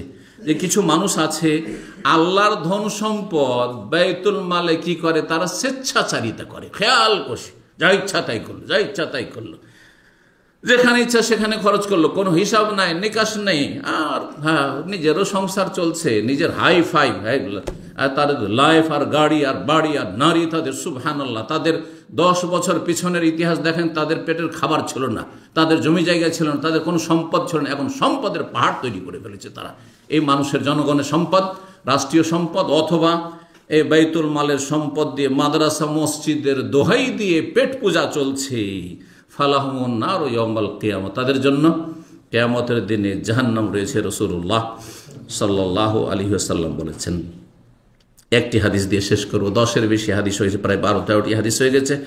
সহিহ মুসলিমের হাদিস, আবু কাতাদা রাদিয়াল্লাহু তাআলা বলছেন, কামা রাজুলুন, একজন মানুষ দাঁড়াইল রাসূলুল্লাহ সাল্লাল্লাহু আলাইহি ওয়াসাল্লামের দরবারের সামনে, এসে বলে, ইয়া রাসূলুল্লাহ, আর আইতা, আচ্ছা বলুন তো, ইন কুতিলতু ফি সাবিলিল্লাহ, আমি যদি আল্লাহর রাস্তায় নিহত হই, কাফেররা আমাকে হত্যা করে দিল, তো কাফফারু আন্নি খাতায়া, তাহলে আমার সব গুনাহগুলির কাফফারা মোচন হয়ে যাবে তো? কারণ আমি আমার জীবনটাকে কাফেরদের হাতে কি করলাম? কোরবানি করে দিলাম। আল্লাহর রাহে গিয়ে জিহাদ করতে গিয়েছি, আর কাফেরদের বিরুদ্ধে লড়াই করে কাফেরদের হাতে আমি শহীদ হয়ে গেলাম, তো আমার গুনার কাফফারা হবে? ফাকালাহু রাসূলুল্লাহ সাল্লাল্লাহু আলাইহি ওয়াসাল্লাম, রাসূল বলে, হ্যাঁ হবে, ইন কুতিলতা ফি সাবিলিল্লাহ, যদি আল্লাহর রাস্তায় তোমার লড়াই হয়। কার রাস্তায়? তাহলে ক্ষমতার রাস্তায় নয়, যে ক্ষমতা দখলের লড়াই ছিল, স্বার্থের রাস্তায় নয়, দুনিয়ার গরজে নয়, কিসের জন্য? আল্লাহর দ্বীনের জন্য, আল্লাহর কালেমাকে উঁচা করার জন্য। এই লা কালিমাতুল্লাহ হাদিস রয়েছে, মান কাতাল লিতাকুনা কালিমাতুল্লাহ আল-উলিয়া, লা ইলাহা ইল্লাল্লাহ সবচেয়ে উঁচা হোক, এবং আল্লাহর দ্বীন সবচেয়ে বেশি শক্তিশালী হোক, আল্লাহর সন্তুষ্টির জন্য, পরকালে মুক্তির জন্য, সেটা যদি হয়। আর সেখানে ওয়ান্তা সাবেরুন মুহতাসিবুন, তুমি যদি ধৈর্যশীল হও, ধৈর্য ধারণ করে থাকবে, এই নয় যে গিয়েছিলাম আর যখন দেখলাম যে ব্যাপার সবার খারাপ, তখন আগেই দিলাম টান, সেখান থেকে বড়ই কাবিরা গুনাহ করে ফেললে। সেখান থেকে মুহতাসিব নেকির আশায় সেখানে তুমি অটল হয়ে থাকলে, মুকবিলুন এবং তুমি আগে বাড়ার চেষ্টা করলে, গায়রু মুদবিরিন কাফেরকে তুমি তোমার পিঠ দেখালে না, হ্যাঁ মানে হার মানতে চাইলে না। ইল্লাদ্দাইন সব গুনাহ মাফ হবে, কিন্তু ঋণের গুনাহ মাফ হবে না। কিসের গুনাহ মাফ হবে না? দাইন। আমাদের দেশে মোহরকে কি বলে? দেন মোহর। কেন দেন মোহর? কারণ সুন্নতটা বাদ দিয়ে ধারে মোহরটাই ধরে নিয়েছে। এই জন্য মোহর মানে হচ্ছে দাইন মোহর ছিল, ওইটাকে এখন কি করে দিয়েছে একটু বিকৃত করে দেন মোহর, মানে মোহর মানে ধার মোহর, দেন মোহর মানে ধার মোহর। বুঝতে পেরেছেন? এটাই হলো আসল কথা। সুন্নত হচ্ছে কি নবী সাল্লাল্লাহু আলাইহি ওয়াসাল্লাম আমলে একটা বিয়ে দেখান কোন সাহাবীর। আমি বলছি যারা এই ধারে বিয়ে করছেন আর বিয়ে দিচ্ছেন সমাজের মৌলবী সাহেবগুলো আর হুজুরগুলো, তাদেরকে বলছি একটি হাদিস দেখান যে কোন সাহাবী বলছেন যে আমার মোহর হলো 1000 দিরহাম বা 500 দিনার, ওর মধ্যে আমি 5 দিনার দিলাম, 10 দিনার দিলাম, বাকিটা বাকি রাখলাম। এরকম একটা বিয়ে দেখান তো দেখি, কোনো হাদিস পাবেন না আপনি। তো সুন্নাহ হচ্ছে যা পারবেন তাই দিয়ে বিয়ে করবেন, মেয়েওয়ালা পোষাই দেবে, আর না হলে অন্য জায়গায় মেয়ে খুঁজবেন। যেমন বাজারে আমি মোবাইল কিনতে গেছি, যাওয়ার পরে একটা মোবাইল, মনটা চাইছে আইফোন কিনবো, তো ভাবছি আমার কাছে 3000 আছে, বললাম 3000 টাকাতে দিলে দাও। বলছে না 4000 নিচে দেবো না। তাহলে কি জবরদস্তি করা যাবে? না ধারা বাকি রেখে দেবো, পরে ফাঁকি দেবো? ঠিক আছে 5000 মেনে নিলাম, লিখে নাও আর নাম্বারটা আমার রেখে দাও, পরে দিয়ে দেবো, আর দিলাম না। চলবে? এরকমই না করছেন বিয়ে শাদীতে এটা? হ্যাঁ না, চলবে না। তাহলে কি পোষাইল না ভাই, অন্য জায়গায় খুঁজে দেখি 3000-এ কোথাও আইফোন পাই। আইফোন না পাবো, আমি সস্তাগুলো আর কিছু পাবো, সস্তা মস্ত যা আছে, যা পয়সা আছে সেটি পাবো। ঠিক ওই রকমই আমি কোনো একটা মেয়ের কাছে গিয়েছিলাম, আপনি বিয়ে করতে গিয়েছিলেন, আর সেখানে বললেন গিয়ে আমি 1 লাখ টাকা 50,000 মোহর দেবো, নগদ দেবো। ওরা বলছে 5 লাখ। আপনার পোষাইলো না, তাদেরও পোষাইলো না, অন্য জায়গায় খুঁজবেন, একটা গরিবের ঘরে খুঁজবেন যেখানে, আর তারা দিন বুঝে, শরীয়ত বুঝে, সুন্নাহ বুঝে, সুতরাং 50,000, 10,000, 20,000 হয়তো নগদ মোহর, সেটা দিয়ে হয়তো বিয়ে দেবে, তার বাড়িতে আপনি বিয়ে করবেন। এই নয় যে ও 5 লাখ চাইছে তো কি করব, আমি তো নিরুপায় হয়ে লিখিয়ে দিয়েছি। কিছু মূর্খ লোক এরকম প্রশ্ন করে কিন্তু, যে আমি যদি লিখিয়ে দেওয়ার পরে না দিই তো অসুবিধা হবে? অবশ্যই অসুবিধা হবে, অবশ্যই অসুবিধা হবে। আল্লাহর রাস্তায় যদি বদর ওহুদেও মারা যেতেন, আর ইল্লাদ্দাইন ঋণ, এই যে ঋণ নিয়ে স্ত্রীর মোহরানা নিয়ে দিলেন না আপনি, তাহলে আল্লাহ মাফ করবেন না, আল্লাহ মাফ করবেন না। মানুষের টাকা পয়সা নিয়ে হঠাৎ মারা গেলেন, আপনি দিলেন না, আপনার স্ত্রীও দিলেন না, আপনার ছেলে মেয়ে দিলেন না, তারা ধন সম্পদ বাড়ি ঘর সব ভাগ বন্টন করে নিল, তাহলে আল্লাহ মাফ কর। ফাইন্না জিবরিল আলাইহিস সালাম কাল আলী যালিকা, জিবরাইল আলাইহিস সালাম এক্ষুনি আমাকে বলে গেল তোমার প্রশ্ন যেমনই করেছো, জিবরাইল তখন ওহী নিয়ে এসছে, আর মাসলা আমাকে বলে গেল জিবরাইল যে ঋণের গুনাহ নিয়ে কেউ যদি জিহাদের ময়দানে যায় আর সেখানে গিয়ে যদি মারাও যায় কাফেরদের হাতে, তবু আল্লাহ মাফ করবেন না, ঋণের গুনাহ মাফ হবে না যতক্ষণ পর্যন্ত সেই হক আদায় না করা হবে। আল্লাহ যেন বুঝার তৌফিক দান করেন, এবং আল্লাহ রাব্বুল আলামিন আমাদের যেন প্রত্যেকের হক আদায়ের তৌফিক দান করেন। আমাদের হক কেউ যেন নষ্ট না করতে পারে, যেমন দোয়া করবেন, তার চাইতে বেশি দোয়া করবেন যে আল্লাহ যেন আমার দ্বারা কারো হক নষ্ট না হয়। রব যেন আমাদের সকলকে তৌফিক দান করেন। ওয়া জাযাকুমুল্লাহু খাইরান ওয়া সাল্লাল্লাহু আলা নবিয়িনা মুহাম্মদ ওয়া আলা আলিহি ওয়া সাহবিহি আজমাইন।